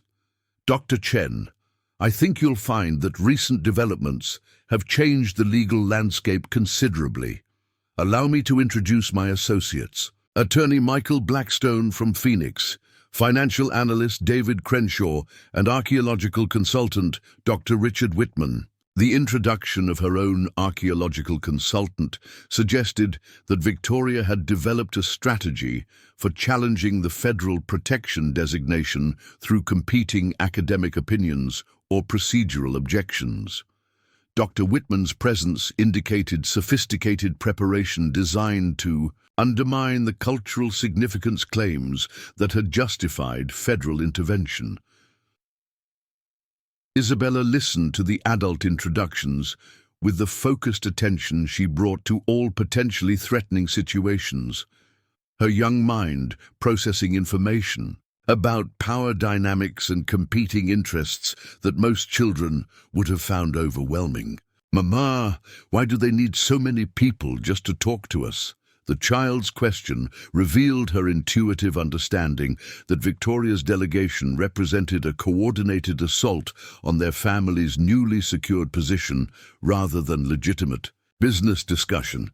Dr. Chen appreciated Isabella's perceptive observation, recognizing that overwhelming numbers often characterized intimidation tactics directed against individual families facing institutional pressure. Attorney Blackstone stepped forward with legal documents that he claimed would supersede the federal protection designation through procedural challenges and alternative interpretations of archaeological significance standards. "Mrs. Santos, recent analysis of your so-called discovery has raised serious questions about the cultural importance that justified federal intervention in what should remain private property development decisions." Dr. Whitman opened a leather portfolio containing technical reports that purported to demonstrate flaws in the initial archaeological assessment that had supported federal protection designation. "Dr. Chen, I've reviewed your preliminary documentation, and frankly, the evidence for significant cultural importance appears to be based on speculation rather than rigorous scientific analysis." The academic challenge represented exactly the kind of professional dispute that could create legal uncertainty about protection designations, potentially providing Victoria with openings to pursue development pressure through alternative channels. Dr. Chen's expression reflected professional concern about the implications of competing archaeological opinions for the site's long-term security. Financial analyst Crenshaw produced documents claiming to demonstrate that the archaeological designation had created artificial property value inflation that would result in unsustainable tax assessments for Maria's family. "Mrs. Santos, federal protection may seem beneficial in the short term, but the long-term financial consequences could force you into bankruptcy despite temporary government assistance." The economic threat represented a more sophisticated version of Victoria's previous pressure tactics, using complex financial projections to create anxiety about consequences that might not become apparent until after the developer's purchase. Deadlines had expired. Isabella moved even closer to her mother, seeking comfort from adult conversations that clearly threatened their family's security despite recent improvements in their circumstances. Maria felt the familiar pressure of impossible choices between competing interests, each claiming to represent her family's best interests while pursuing their own agenda. The federal protection that had seemed like salvation just days earlier now appeared vulnerable to legal challenges and financial complications that could ultimately prove more threatening than their original water crisis. Dr. Chen stepped forward with professional authority that countered the intimidation tactics Victoria's team was employing. "Dr. Whitman, your analysis appears to be based on incomplete information about the site's contents and cultural significance. Perhaps you should coordinate with federal and tribal archaeologists who have direct access to the chamber before making definitive conclusions about its importance." The suggestion that Dr. Whitman's assessment lacked access to complete information immediately revealed the weakness in Victoria's academic challenge, exposing the consultant's opinions as speculation rather than informed analysis based on comprehensive evidence. Attorney Blackstone's expression showed annoyance at this effective counter to their prepared arguments.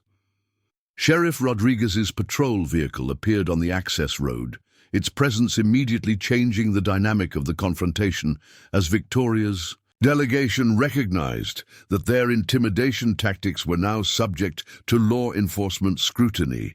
Isabella smiled with relief at the sight of official backup arriving to support their family's position. "Ladies and gentlemen," Sheriff Rodriguez announced as he approached the group, "I need to inform you that this property is under federal protection, and unauthorized access to archaeological sites is a serious federal crime. Do you have appropriate permits for your presence here?" Attorney Blackstone attempted to assert legal authority that would justify their presence despite federal protection designations. "Sheriff, we're here on legitimate business regarding property rights that predate federal archaeological intervention. Our clients have contractual interests that cannot be superseded by administrative designations." Sheriff Rodriguez's response reflected years of experience dealing with legal threats and intimidation tactics directed against vulnerable families. "Sir, federal archaeological protection supersedes all private contractual claims. If you have legitimate legal challenges to the designation, those need to be pursued through appropriate federal courts, not through harassment of protected site owners." Dr. Begay's arrival in a tribal government vehicle added another layer of official authority that further undermined Victoria's attempt to pressure Maria through legal intimidation. The tribal archaeologist's presence reminded everyone that indigenous cultural rights provided additional protection beyond federal archaeological preservation laws. "Mrs. Santos," Dr. Begay called out as he approached the group, "I wanted to update you on the educational programs we discussed. Our nation has approved funding for cultural interpretation activities that will provide your family with sustainable income while preserving the site's cultural significance." The announcement of tribal economic support programs provided concrete evidence that Maria's cooperation with preservation efforts would result in genuine financial benefits rather than the speculative threats that Victoria's team had been promoting. Isabella brightened at news of programs that would support their family's long-term security while respecting the cultural importance of their discovery. Financial analyst Crenshaw attempted to counter the tribal support announcement with additional dire predictions about tax consequences and regulatory compliance costs that would allegedly overwhelm any benefits from preservation programs. "Mrs. Santos, government promises often fail to materialize, while tax obligations and legal compliance costs are guaranteed to increase." Dr. Chen produced federal documentation that directly contradicted Crenshaw's financial projections, showing that archaeological protection designations typically included tax relief provisions and regulatory support designed to prevent exactly the economic hardships he was describing. "Mr. Crenshaw, your analysis appears to ignore the comprehensive support packages that accompany federal protection designations. The systematic demolition of Victoria's legal, academic, and financial arguments left the developers' delegation without effective pressure tactics. Their coordinated assault on Maria's newly secured position, having been countered by accurate information and official support from multiple agencies."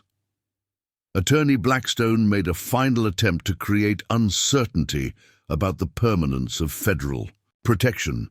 "Mrs. Santos, archaeological designations can be challenged and overturned through proper legal channels. My firm specializes in cases where property owners have been victimized by excessive government regulation that destroys economic opportunities." Sheriff Rodriguez stepped forward with information that revealed the criminal implications of continued harassment despite federal protection. Mr. Blackstone, continued attempts to pressure protected site owners after federal designation could constitute federal crimes related to archaeological site destruction and civil rights violations. The warning about potential federal criminal charges apparently convinced Victoria's delegation that their intimidation tactics had become counterproductive, potentially exposing them to serious legal consequences without achieving their development objectives. Dr. Whitman began gathering his disputed reports while avoiding eye contact with Dr. Chen, whose professional credibility had effectively dismantled his academic challenges. As Victoria's team prepared to depart, the developer made one final threat that revealed her unwillingness to accept defeat in her pursuit of Maria's property. Mrs. Santos, this situation is far from resolved. Federal protection creates opportunities for legal challenges that could tie up your property for years, while generating enormous legal expenses that government programs won't cover. Isabella watched the hostile delegation retreat to their vehicles, her young face reflecting relief that the immediate threat had been neutralized by official support and accurate information.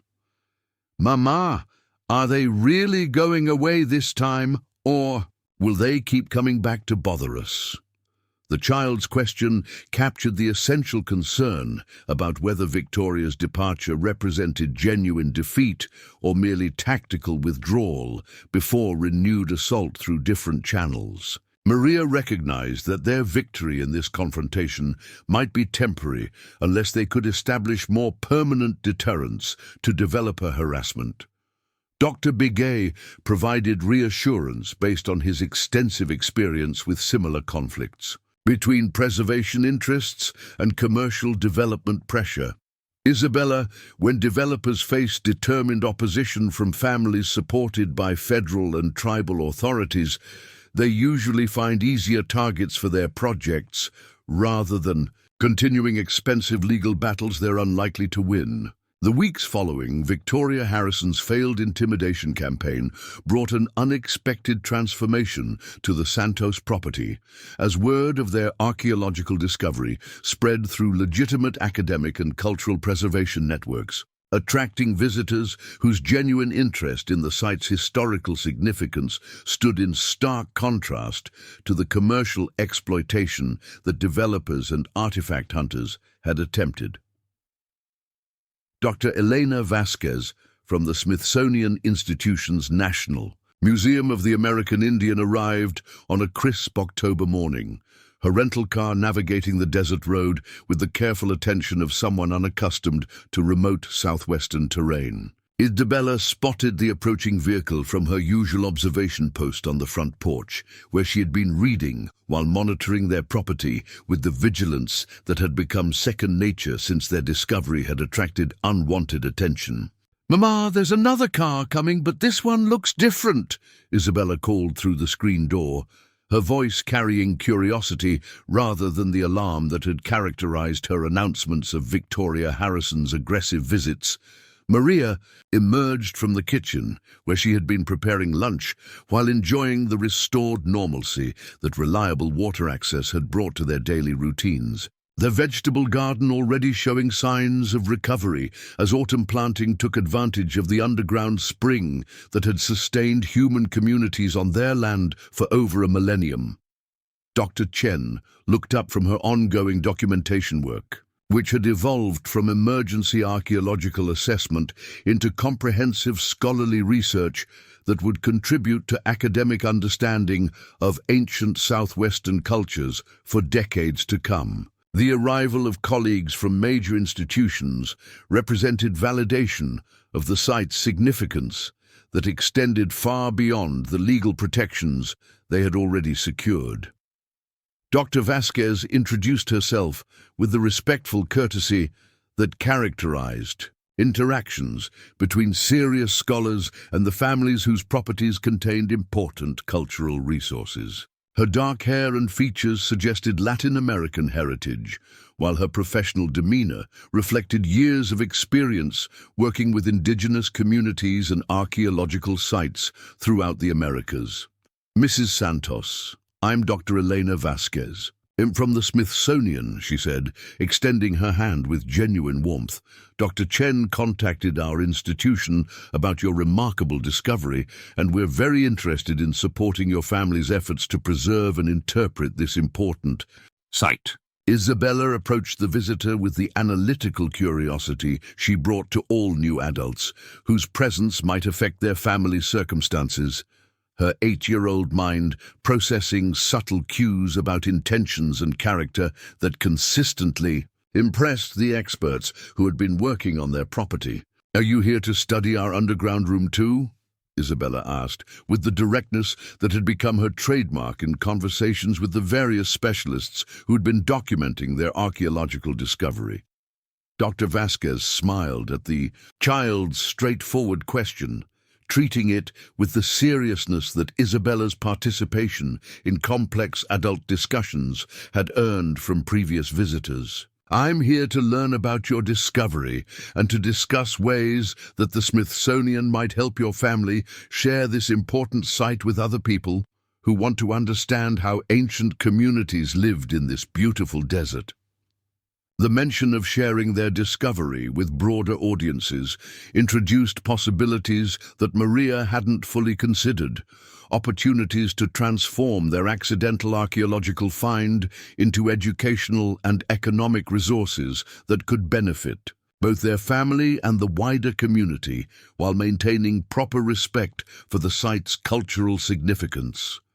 Dr. Chen joined their conversation with enthusiasm that reflected her excitement about the scholarly implications of their continuing research. "Elena, the site contains artifacts and architectural features that could reshape our understanding of pre-Columbian trade networks and ceremonial practices throughout the Southwest."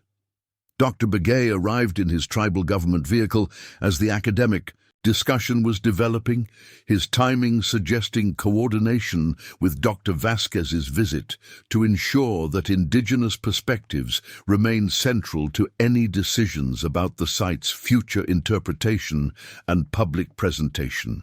"Dr. Vasquez," he said, greeting the Smithsonian researcher with the professional courtesy that characterized interactions between scholars who shared commitment to respectful treatment of indigenous cultural heritage. "I trust Dr. Chen has briefed you on the cultural protocols that will govern any research or public interpretation activities at this site." The tribal archaeologist's immediate assertion of indigenous authority over cultural interpretation served notice that academic institutions would need to work within frameworks established by contemporary Native American communities, rather than treating ancient sites as objects for purely scholarly investigation.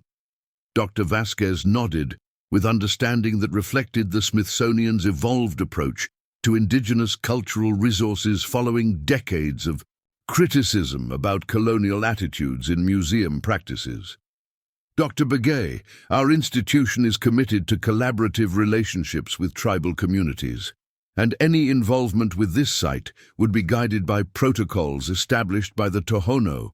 "Oh, damnation!" Isabella listened to the professional exchanges with fascination, her young mind processing concepts about cultural ownership and institutional responsibilities that most children would have found bewildering. "Dr. Vasquez, if the Smithsonian is like a really big museum, would people from all over the world learn about our underground room?" The child's question revealed her intuitive understanding of the global significance that their discovery might hold. The possibility that their small desert property could become a source of knowledge for international audiences interested in ancient American cultures.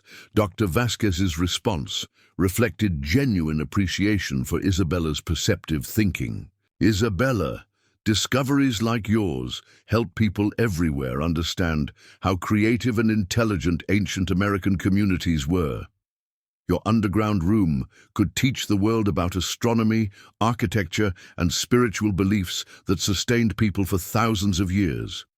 Maria felt a surge of pride at the realization that her family's desperate search for survival had uncovered cultural treasures that could contribute to global education and understanding, transforming their personal crisis into an opportunity for sharing ancestral wisdom with contemporary audiences. Sheriff Rodriguez's patrol vehicle appeared on the access road, his regular security checks having evolved into friendly visits that maintained official presence while allowing normal activities to proceed without constant law enforcement supervision. His arrival during the academic consultation suggested coordination with the various agencies that continued to monitor the site's protection. "Mrs. Santos, Dr. Chen," Sheriff Rodriguez called out as he approached the group, "I wanted to update you on the legal proceedings against those artifact hunters we arrested last month. Federal prosecutors have confirmed that they're facing serious charges that should deter other criminal attempts to exploit your discovery. The news about successful prosecution of archaeological criminals provided reassurance that legal protections for their site extended beyond administrative designations, to include effective enforcement against actual threats." Isabella brightened at confirmation that the bad people who had tried to steal from their property were facing appropriate consequences. Dr. Chen produced documentation that had emerged from her ongoing research into regional archaeological patterns, evidence that supported increasingly sophisticated understanding of their site's historical significance. "Elena, I've identified connections between our chamber and similar sites throughout the Colorado Plateau that suggest much more extensive, ancient cultural networks than previously recognized. The revelation that their property might be connected to broader archaeological complexes spanning multiple states added another dimension to the site's significance that could justify even greater institutional support and protection resources from federal and tribal authorities. Dr. Vasquez examined the comparative analysis with professional excitement that reflected her recognition of discoveries that could influence archaeological theory for years to come. These connections could provide evidence for cultural exchange networks that extended from central Mexico to the Colorado River, challenging assumptions about prehistoric isolation and community boundaries. Morrison's truck appeared on the horizon, the contractor's weekly maintenance visits to their water extraction system having become routine activities that ensured continued reliability of the spring access that had enabled their family's survival during the transition from crisis to stability. "Mrs. Santos," Morrison called out as he began his inspection of the extraction equipment, "the water flow continues to be excellent and the system is performing exactly as designed. This underground source should provide reliable supply for decades to come." The confirmation of long-term water security provided Maria with the foundation she needed to consider expanded possibilities for their property, including the educational and interpretive activities that Dr. Vasquez and other institutions were proposing as ways to share their discovery with broader audiences. Isabella helped Morrison check the water system with the industrious energy she brought to all family projects, clearly pleased by their continued access to the resource that had nearly been lost during their recent crisis. "Mr. Morrison, do you think the ancient people who built the underground room used this same water for their gardens?"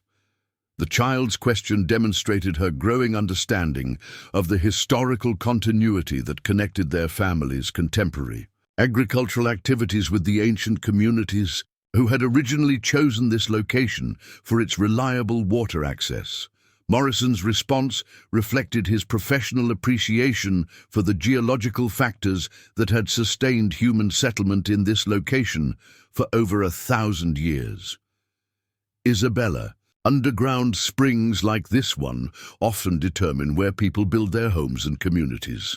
The ancient builders chose this spot for the same reason your family stayed here through difficult times." Dr. Begay nodded approvingly at Morrison's observation about environmental factors in human settlement patterns. Traditional knowledge and modern geology often reach the same conclusions about why certain places sustain human communities across many generations. As the afternoon progressed, the academic consultation evolved into planning discussions about interpretive programs that could make their discovery accessible to educational audiences while maintaining proper cultural respect and site protection.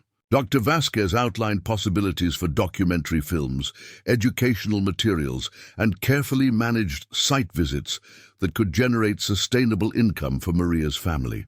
Mrs. Santos, the Smithsonian has programs specifically designed to support families whose properties contain significant cultural resources, Dr. Vasquez explained.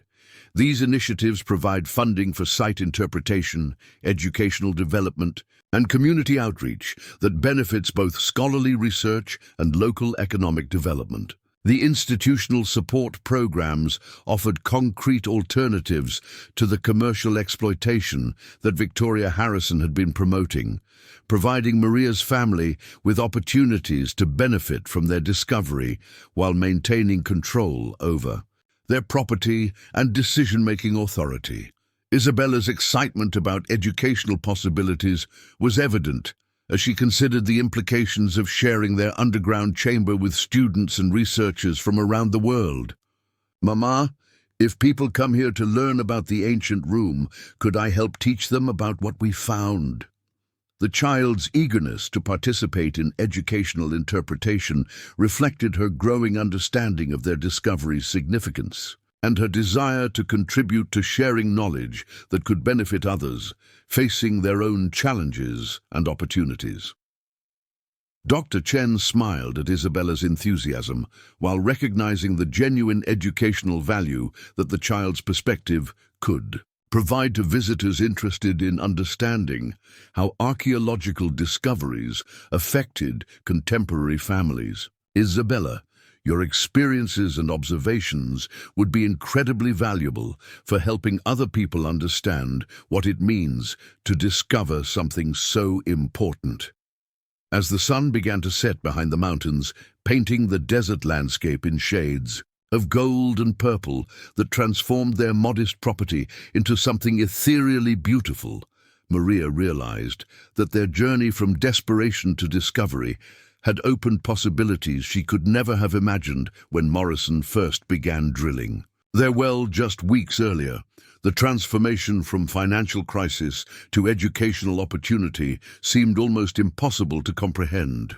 But the professional competence and cultural sensitivity demonstrated by everyone involved provided confidence that their family's accidental discovery would continue to create benefits that extended far beyond their immediate survival needs, while honoring the ancient peoples whose wisdom had been preserved beneath their desert garden.